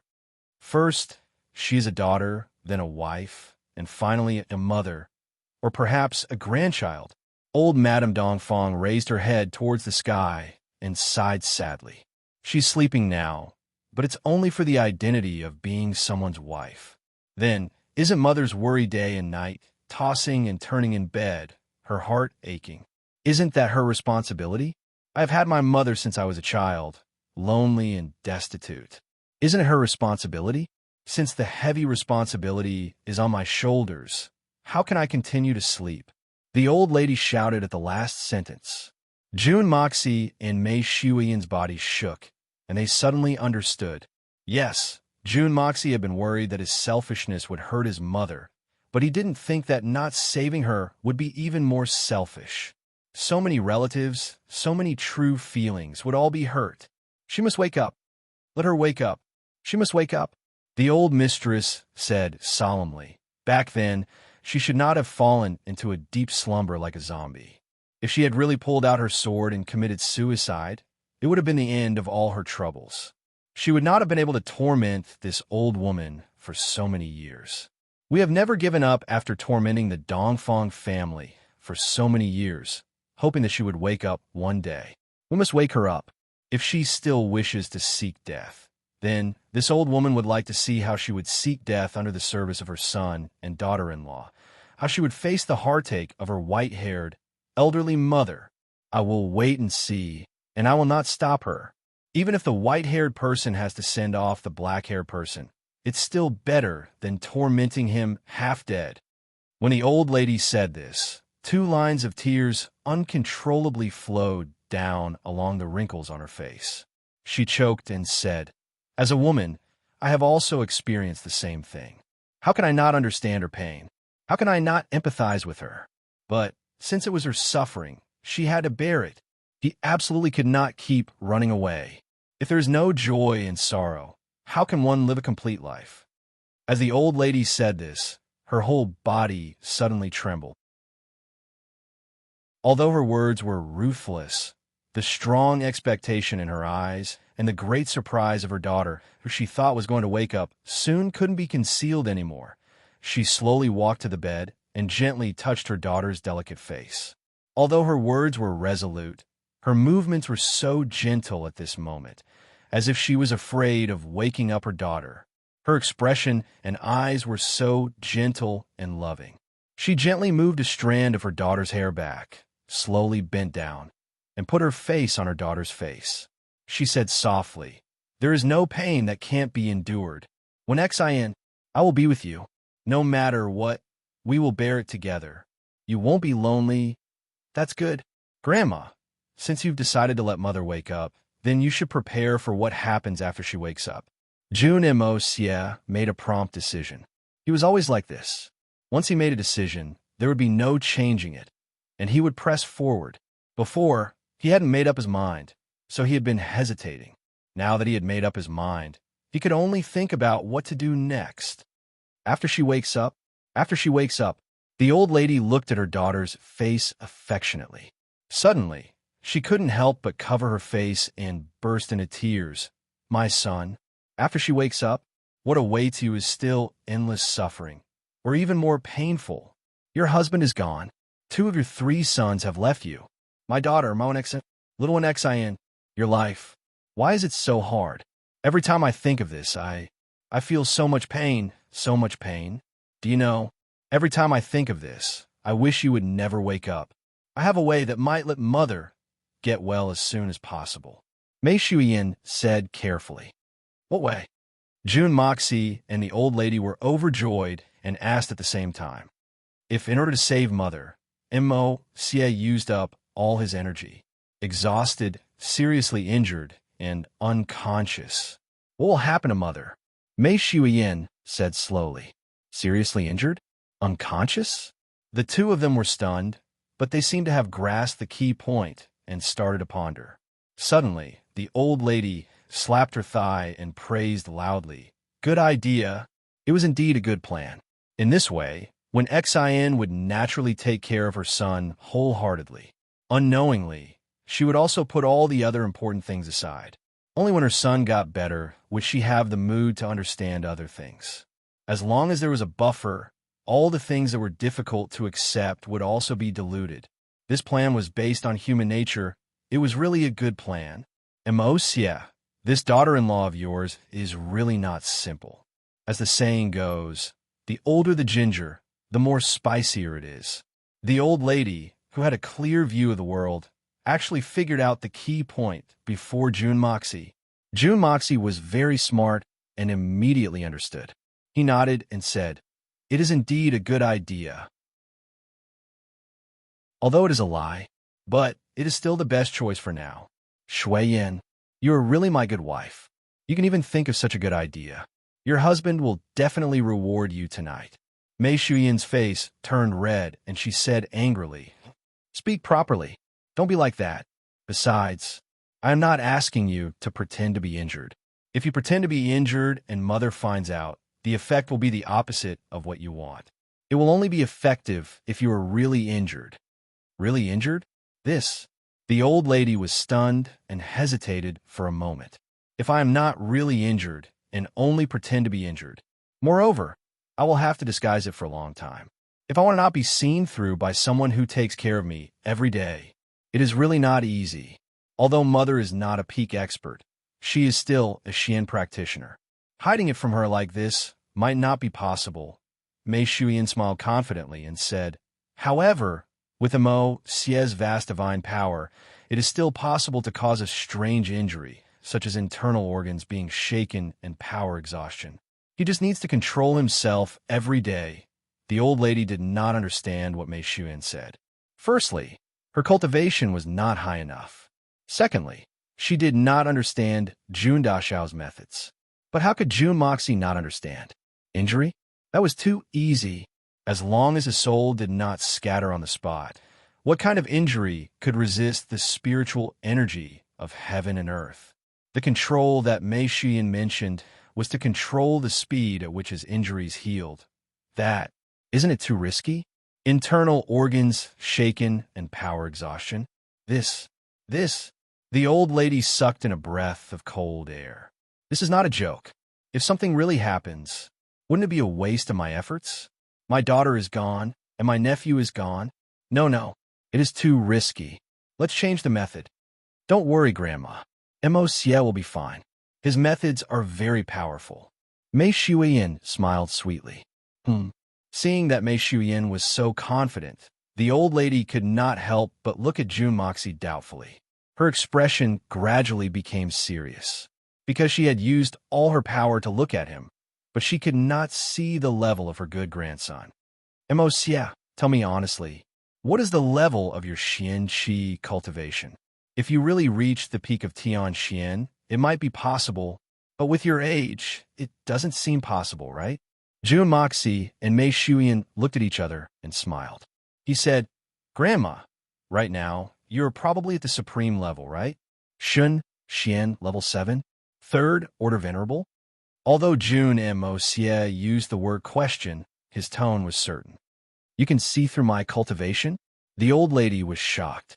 She could not see through him, but he could see through her. Didn't this mean that Jun Moxie's cultivation was higher than hers? Yes. My current cultivation, in terms of Xian Qi, it should be Shun Xian level 8, fourth order supreme. Jun Moxie thought for a while and finally told the truth. He said, if I can go one step further, I should be superior supreme. Hiss. The old lady gasped. Her eyes were wide open as she looked at her good grandson, Jun Moxie. Her body swayed, and suddenly she was about to sit on the ground. Mei Shuyan reacted quickly and held her. Shun Xian level 8, fourth order supreme. The old lady felt that she was dreaming, or this kid was lying through his teeth. She shook her head hard and said in disbelief, How? How is this possible? Nothing is impossible, Grandma. Don't worry. Mo Xie indeed has this kind of strength. If they really fight, I believe that ordinary superior supreme experts may not be his match. Mei Shuyan said confidently. Mei Shuyan's words were quite exaggerated. With Jun Moxie's current skills, he may not be his match. It was a direct, instant kill. Previously, he killed 15 experts from the Supreme Golden City silently in the snow. Among them, there were 5 real superior supreme experts. Even the supreme assassin Chu Chi-hun would not be able to achieve such a feat. Although the outside world thought he could do it now, at the end of the day, the title of the world's #1 killer, the king of killers, and the supreme killer belonged to Jun Moxie. Only Jun Dashao could be considered to be the real title. Oh, the old lady trembled as she supported herself on the bed and stood up. She looked at Mei Shuyan and said, Miss, I am confident that my eyes are not blurry, but I still can't see the real strength of you and Mo Xie. If Mo Xie is already a supreme master, then what about you? The old lady was not a simple person. She had already noticed that this niece-in-law in front of her was not an ordinary person. Now that she had made it clear, she might as well get to the bottom of it. I'm just a little taller than him. Mei Shuyan tried to think of an excuse, but she still managed to be modest. Chapter 604. This is a dream. This is a dream. I must be dreaming. I've been dreaming ever since I said when Xian could be saved. Otherwise, how could such an unbelievable thing happen? A zombie who had been sleeping for 10 years could wake up. Two people who were not even 20 years old. One was a fourth-order supreme martial artist, and the other was a superior supreme martial artist. Shen Xian was a ninth-order martial artist. Wouldn't he be a superior supreme martial artist? Even if it was a legend, there was no such person. The old lady was so happy that she was about to collapse, in happiness. So what if she collapsed from such a beautiful dream? The secluded courtyard fell into an unprecedented silence. The people of the Dongfang family stood outside the courtyard, closely monitoring any movement. Dongfang Wenqing and his two brothers patrolled back and forth with their hands on the hilts of their swords, as if they were facing a formidable enemy. The old madam sat in the bedroom and didn't even blink her eyes. Mei Shuyan was standing on the roof of the small building, looking around with her sword in her hand. This kind of precaution was already foolproof. Even if the three holy lands came out at the same time, Mei Shuyan alone would be able to hold them off for a while. Moreover, it was in such a remote place. In the bedroom, Jun Moxie closed his eyes slightly and held his mother's hand. A huge amount of extremely pure heaven and earth spiritual energy was continuously channeled into his mother's heart, driving away the haze in her heart. Junmo Xie did not dare to be too hasty and did not dare to be careless at all. Bit by bit, he resolved the problem. After all, his mother had not moved for 10 years. Even though her body had been nursed by him, it was still weak to a certain extent. If he used too much force, it might cause unimaginable damage. It was better to be safe than sorry. Jun Moxie used all his caution. There must be no mistakes. The haze in Dongfang when Xian's heart slowly disappeared under the pressure of Jun Mo Xie's powerful heaven-earth spiritual qi, disappearing without a trace. Slowly, there was only a small ball left. A small ball. If it was originally the size of an apple, now it was only the size of a strawberry seed on the bed. Dongfang Wenqing's tranquil expression disappeared and was replaced by a deep frown. She seemed to feel that she was about to be dragged out of her sweet dream, so she was very unwilling. She still wanted to stay here, but the pulling force was so strong that she couldn't resist. She struggled with all her strength. The expression on her face became more and more painful. Her head shook violently. The old lady of Dongfang gently held her daughter's hand. Her expression was full of pity, surprise, and worry. At this moment, the old lady suddenly became afraid and regretful. If when Xian woke up, her husband was already dead, and she knew the death of her two sons, what would her reaction be? What is the most important thing in a woman's life? The most important thing was his family, husband, children. One dream for 10 years. The happiness in the dream disappeared instantly. When she woke up, she not only had to face the tragedy of her husband leaving her forever, but also the fact that 2 of her 3 sons had died. How cruel it was. Painful. The old lady almost didn't dare to imagine what her daughter would be like when she woke up. She just held her daughter's hand tightly and watched her daughter struggle in pain. She seemed to want to pass all her strength to her daughter to help her resist the endless pain. It was almost done. Even Mei Shuyan, who was on the roof, could clearly feel the pain and joy in Jun Moxie's heart. This was the crucial moment. Finally, Dongfang when Xian furrowed her brows tightly and shook her head in pain.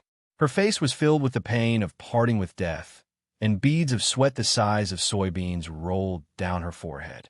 Suddenly, her eyelids fluttered, and she let out a heart-wrenching scream. Woo-wee! Then she sat up abruptly.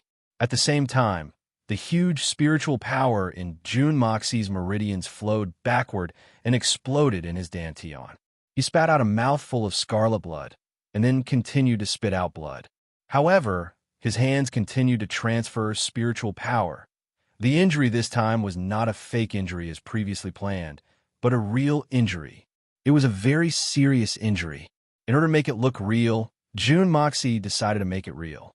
After such an explosion, All his internal organs were severely injured, and he was almost at death's door. In the eyes of the common people, Dongfang Wenxin had woken up, but Jun Moxie was also finished. He would probably be sick and bedridden for the rest of his life. This was not an exaggeration at all. He had to fight like this because he cared too much about his mother, and he couldn't afford to lose her. For Mother, he had to fight. For Mother, this injury was worth it. No matter how heavy it was worth it. Dongfang Wen Xian felt as if she had woken up from a distant dream. She opened her eyes blankly, and her face was still filled with pain.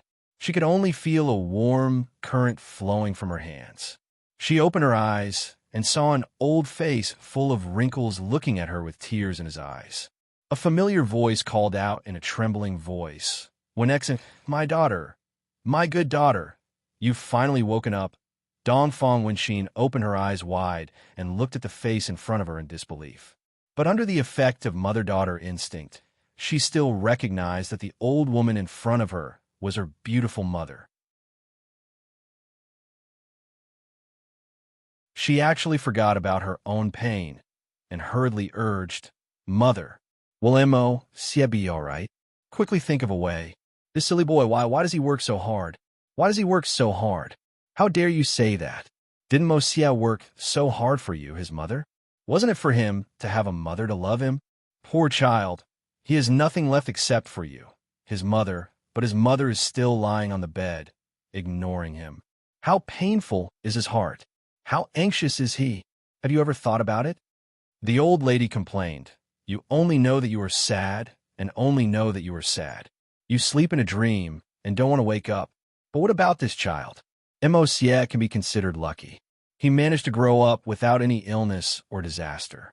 But he's always been looking forward to you." Dongfang Wenxin's heart ached. She lifted the quilt and was about to get off the bed. "Let me see Mo Xie. Poor child." She got off the bed and hugged Jun Moxie tightly in her arms. Her tears suddenly gushed out. "It turns out that I've been asleep for 10 years. It turns out that Wu Hui, he's been gone for 10 years. 10 years. What a long time. I don't know how the 3 children grew up without their mother's care.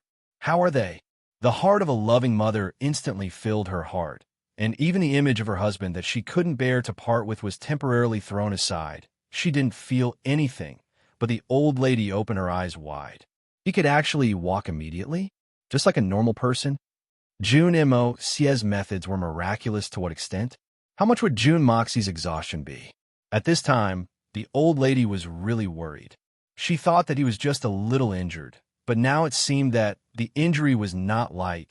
Dongfang Wenxin quietly walked in and heaved a deep sigh. "All these years, little sister."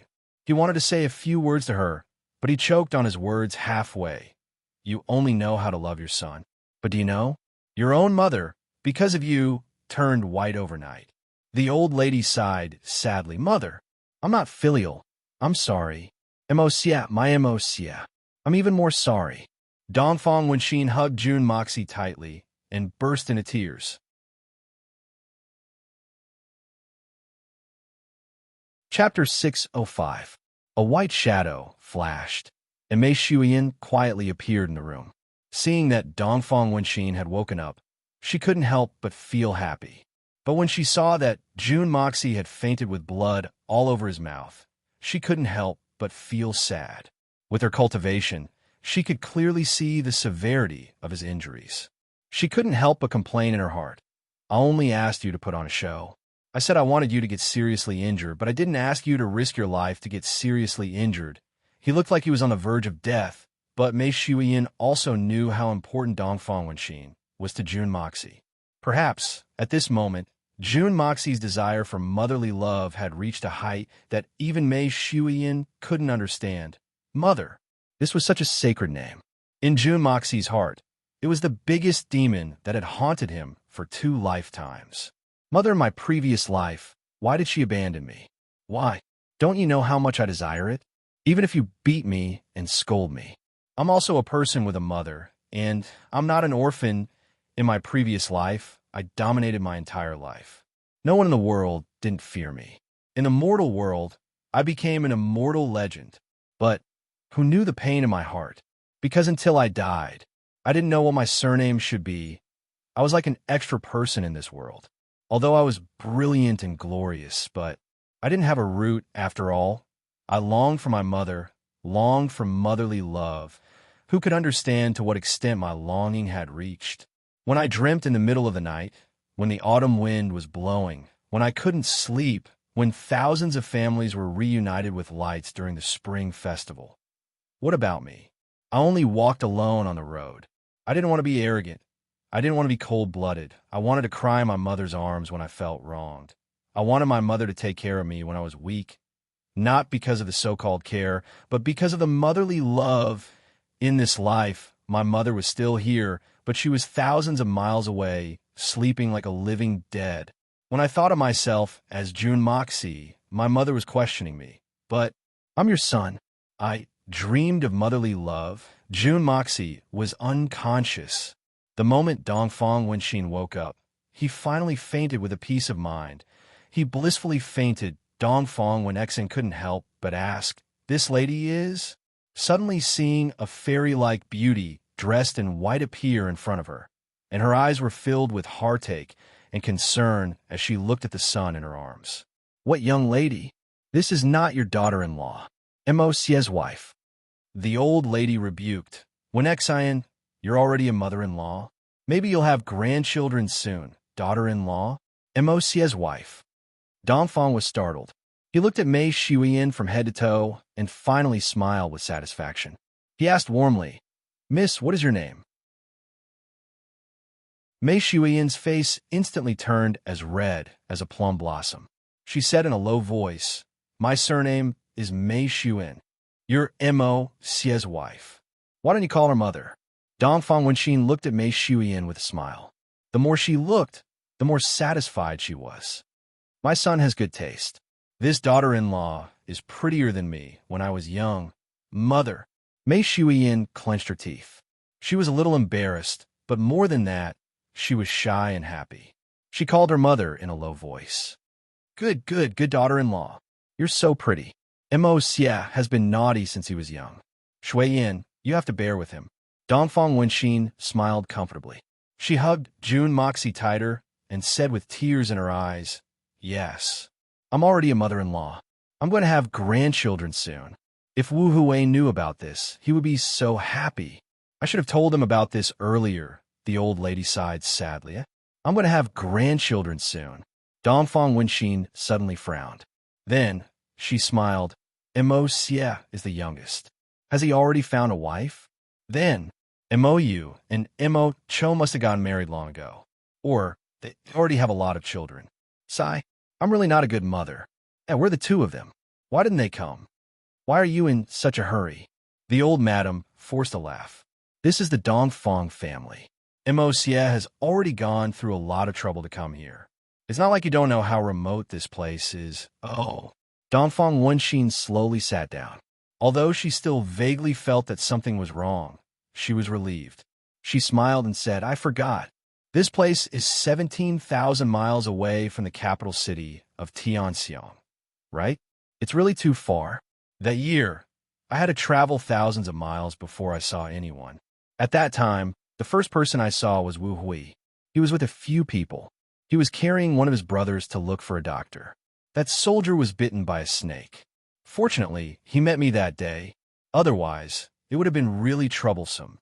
Dongfang Wenxin said faintly. Later, I found out that it was one of his guards. It was very hot at that time. The soldier had to travel such a long distance. His feet were so smelly. But in order to prolong his brother's life, Wu Hui sucked the poison from his body every few hours.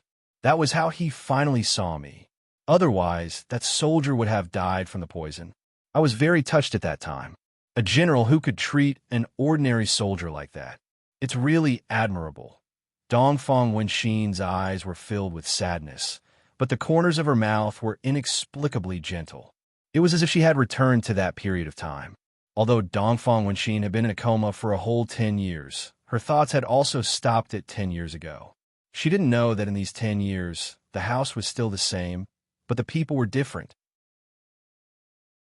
For her heart was full of pain and memories. And it was so vivid, the old lady let out a long sigh. She opened her mouth, but really didn't know how to comfort her. She stood up and said angrily, "Take care of your son first. Your son almost lost his life because of you. Let's wait for Mo to recover first." Dongfang Wenxin was shocked. She looked at her son in her arms lovingly. That familiar face that made her intoxicated, only much younger. She gently lowered her head, put her face on Jun Moxie's face, and said softly, "My good son, he is also Wu Hui's flesh and blood. I must make Mo get better. San-air, my San-air, mother's San-air." The old lady sighed in her heart and gave them a look. Although Dongfang Wenxin and the others were reluctant to leave, they also left. The old lady was the last to stand up and said, "When Mo recovers, Dongfang Wenxin, just wait and beg for forgiveness for me. You are such an unfilial daughter. So many years you sigh." Finally, she let out a long sigh, stood up and left. There were only 3 people left in the room: Dongfang Wenxin, Mei Shuyan, and Jun Moxie, who had fallen into a coma, must have been suffering a tremendous amount of pain. However, his face was full of happiness and joy as he nestled in his mother's arms. For the next few days, Jun Moxie felt like he was living in heaven. Dongfang Wenxin almost didn't care about her clothes at all. Even when she slept, she set up a small bed beside her son. Every time he ate, she would personally feed him. At first, Jun Moxie was a little uncomfortable, but later, under Dongfang Wenxin's gentle insistence, he was defeated after resisting for a while. Slowly, he actually enjoyed it, snuggling in his mother's arms, enjoying his mother's deep care, smelling his mother's sweet smell, and feeling the happiness of a mother and son's hearts connected. For the first time in his 2 lives, Jun Moxie felt, what was happiness? What was dependence? It was so good to have a mother. Warmth, comfort, joy, as if all the adjectives to describe happiness in the world were not enough to describe the satisfaction he felt at this moment. I am Jun Moxie. I am Jun Moxie. I am the evil monarch. I finally have a mother.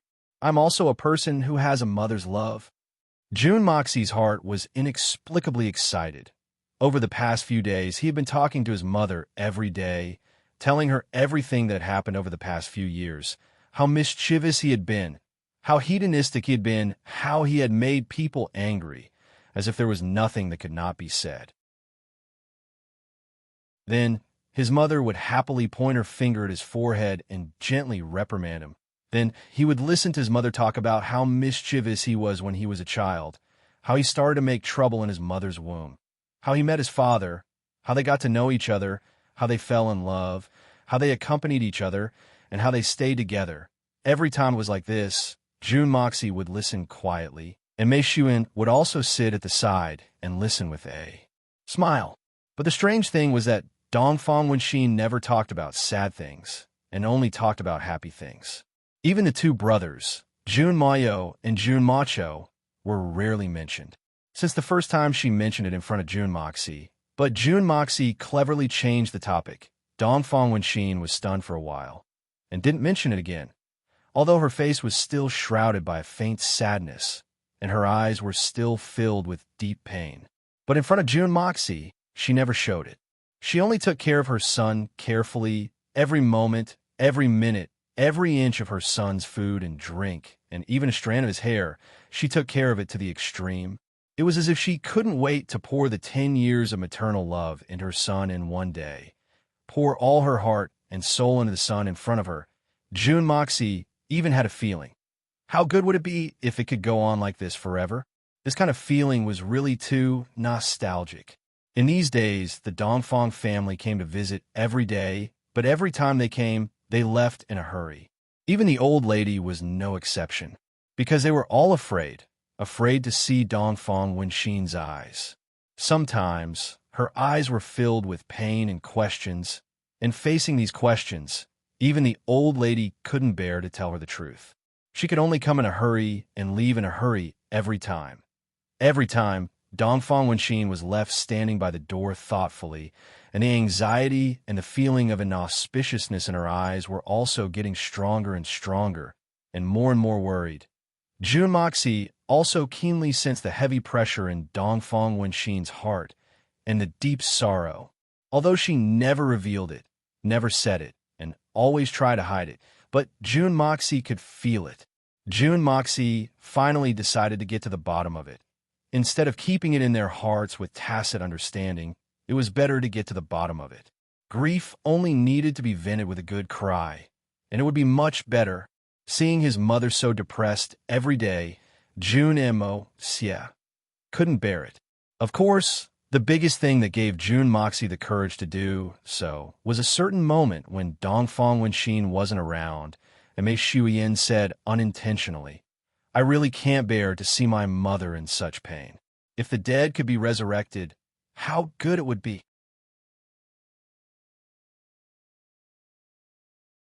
Chapter 606. After hearing Mei Shuyan's words, June Moxie had a flash of inspiration and decided on one thing: a lie. Yes, a lie. After telling his mother the truth, he would make up a white lie. He would say that he had received the teachings of an immortal, but his current cultivation was not strong enough to change his fate and bring the dead back to life. However, in the future, he would be able to bring his father back to life. Let the old lady carry on with this beautiful hope and live on with a strong will. Even though this was a huge lie, it was still much better than having her heart turn into ashes right now. Even though it was a lie, how much love did it take to deceive her like this? Even though it was a lie, it was the sincerity of a son towards his mother. As long as there was hope, the future would not be dark anymore. As for the future, let's talk about it in the future. Let's take one step at a time. If you let her go on like this, she would probably repeat the same mistake sooner or later. Who knows what will happen in the future? The door opened, and Dongfang Wenxian walked in lightly with a bowl of bird's nest soup in her hands. The moment she entered, she saw June Moxie half lying on the pillow in a daze. She couldn't help but reprimand him. "Child, your injuries haven't healed yet. Why are you moving around? Lie down quickly. Why are you so lost in thought?" June Moxie smiled, but this time he didn't listen to her. He looked into Dongfang Wenxin's eyes seriously and said seriously, "Mother, I have something to say. Can you believe me? It might be a bit ridiculous, but I hope you can believe me." "I believe you. I believe everything my son says. No matter how ridiculous it is, I will believe it." Dongfang Wenxin smiled and scooped up a spoonful of bird's nest soup. She blew on it and tasted the temperature. Then she brought it to her son's mouth and coaxed, "Good boy. Open your mouth quickly. The more you eat, the faster you will recover. It's not hot at all." "Ah," June Moxie smiled bitterly. It seemed like his mother was taking care of him like a 3-year-old child. However, this kind of feeling, apart from the awkwardness, was also very intoxicating. Really intoxicating. "Mother, let me show you something first. Watch carefully." June Moxie drank a spoonful of porridge and said excitedly. As he spoke, he stretched out his right hand. There was a rose seed in his palm. "Isn't this just a flower seed? What's there to look at? Is it some kind of rare seed?" Dongfang Wenxian smiled lightly, but there was still an unconcealable depression in her eyes. "Is it just an ordinary flower seed? However, you'd better watch carefully." June Moxie smiled mysteriously as he quickly circulated the power of wood in his body. What happened next shocked Dongfang Wenxian so much that she opened her mouth wide and almost dropped the delicate bowl in her hand. The dark brown seed in June Moxie's palm suddenly turned green. Then a thin bud slowly swayed out. It grew rapidly, sprouted, and grew taller. Slowly, it grew into a flower tree that was 3 feet tall, and the trunk was as thick as an index finger. The surprise didn't end, and the change didn't stop either. On the branch of the rose, a small pink bud slowly bulged, grew slowly, and opened slowly. In the time it took to drink a cup of tea, 9 fragrant roses appeared in June Moxie's hand out of nowhere. The whole room was instantly filled with the fragrance of roses. What's going on? Is this a magic trick? Dongfang Wenxian was tongue-tied. She looked at the rose tree in her son's hand, and was so shocked that she couldn't speak. Magic tricks use props, but these are real flowers. Mother, can you smell these flowers and see if they smell good? June Moxie squinted his eyes proudly, like a child who had gotten a good toy and couldn't wait to show it off in front of his mother. This is all real? How is this possible? Dongfang Wen Xin was so shocked that she couldn't help but touch the rose with her hand. She lowered her head and sniffed it.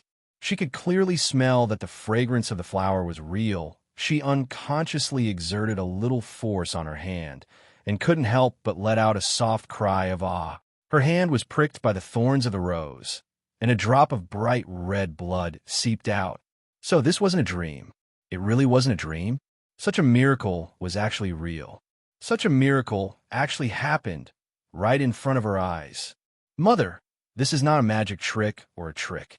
This is the real magic of the gods. When I saved my mother previously, I was able to revive that withered little tree, and it was also because of this divine ability. June Moxie looked at Dongfang Wen Xin seriously. The effect of this magic is not limited to this. My current cultivation is still low, and I don't have any more powerful magic. If I can cultivate it to a certain level, I can move mountains and fill seas, chase after the stars and the moon. I can also make 1,000 miles of forest wither overnight, or turn 10,000 miles of wasteland into a sea of forest in an instant. Of course, I can also make a person with a terminal illness recover instantly, and even make an ordinary low-level Xian Qi practitioner transform into a supreme master in an instant. He looked at Dongfang Wen Xin fixedly and said word by word, if I really cultivate it to the extreme, it's normal for a person on the brink of death to grow flesh and bones. If I can really communicate with the world and the netherworld, I can even make the dead come back to life. Dongfang Wen Xin felt dizzy. Suddenly, with a clear buzzing sound, they separated. The little tree flew slowly to the center of the two soul-replenishing jades and landed slowly. The two soul-replenishing jades closed with a snap, sandwiching the roots of the little tree in the middle. The three seemed to have merged into one in an instant, becoming inseparable from the roots of the little tree. A few roots extended out and wrapped around the two soul-replenishing jades. This change was completely out of June Moxie's expectations. He tried again and again, but he couldn't move it out. This little tree ran in on its own and actually settled down inside. It couldn't be chased out anymore. This was the first time June Moxie had encountered such a thing. He couldn't help but laugh bitterly. What should he do? This was something that his grandmother's family had spent almost all of their fortune to get. How could he just take it away without knowing what was going on? At this time, Dongfang Wen Xin had already regained her senses, but her expression was still rather agitated. Her delicate body was trembling, and her eyes were shining with tears. She looked at her son without blinking and asked in a trembling voice, "Yeah. Son, what did you say? What do you want to say?" The intelligent Dongfang Wen Xin had already understood her son's intentions, but she still wanted to get a definite answer from her son's mouth. I said, in time, I might be able to bring father back to life. June Moxie looked at her fixedly and said word by word, but this needs time. It might take a lot of time. He paused, and his face twisted a little. He took a deep breath, and throughout the main show, even my two brothers can be brought back to life. Dongfang Wen Xion's body shook violently again. She murmured, they can also be brought back to life. They can also be brought back to life. Suddenly, tears gushed out of her eyes, and she said weakly, so, my premonition was right. Not only Wu Hui, but also Mou, Mocho, my children. What happened to them? What happened to them? Suddenly, she felt a pain in her heart. She covered her face with her hands. What happened in these years? What on earth happened? Why even, Mother, you don't have to be so sad. June Moxie said resolutely. I just said, I can do it. I can definitely do it. I can bring them back to life. That you're tuning in to the Warrior Lore YouTube channel. Don't forget to subscribe and join us on this journey to catch the most captivating stories.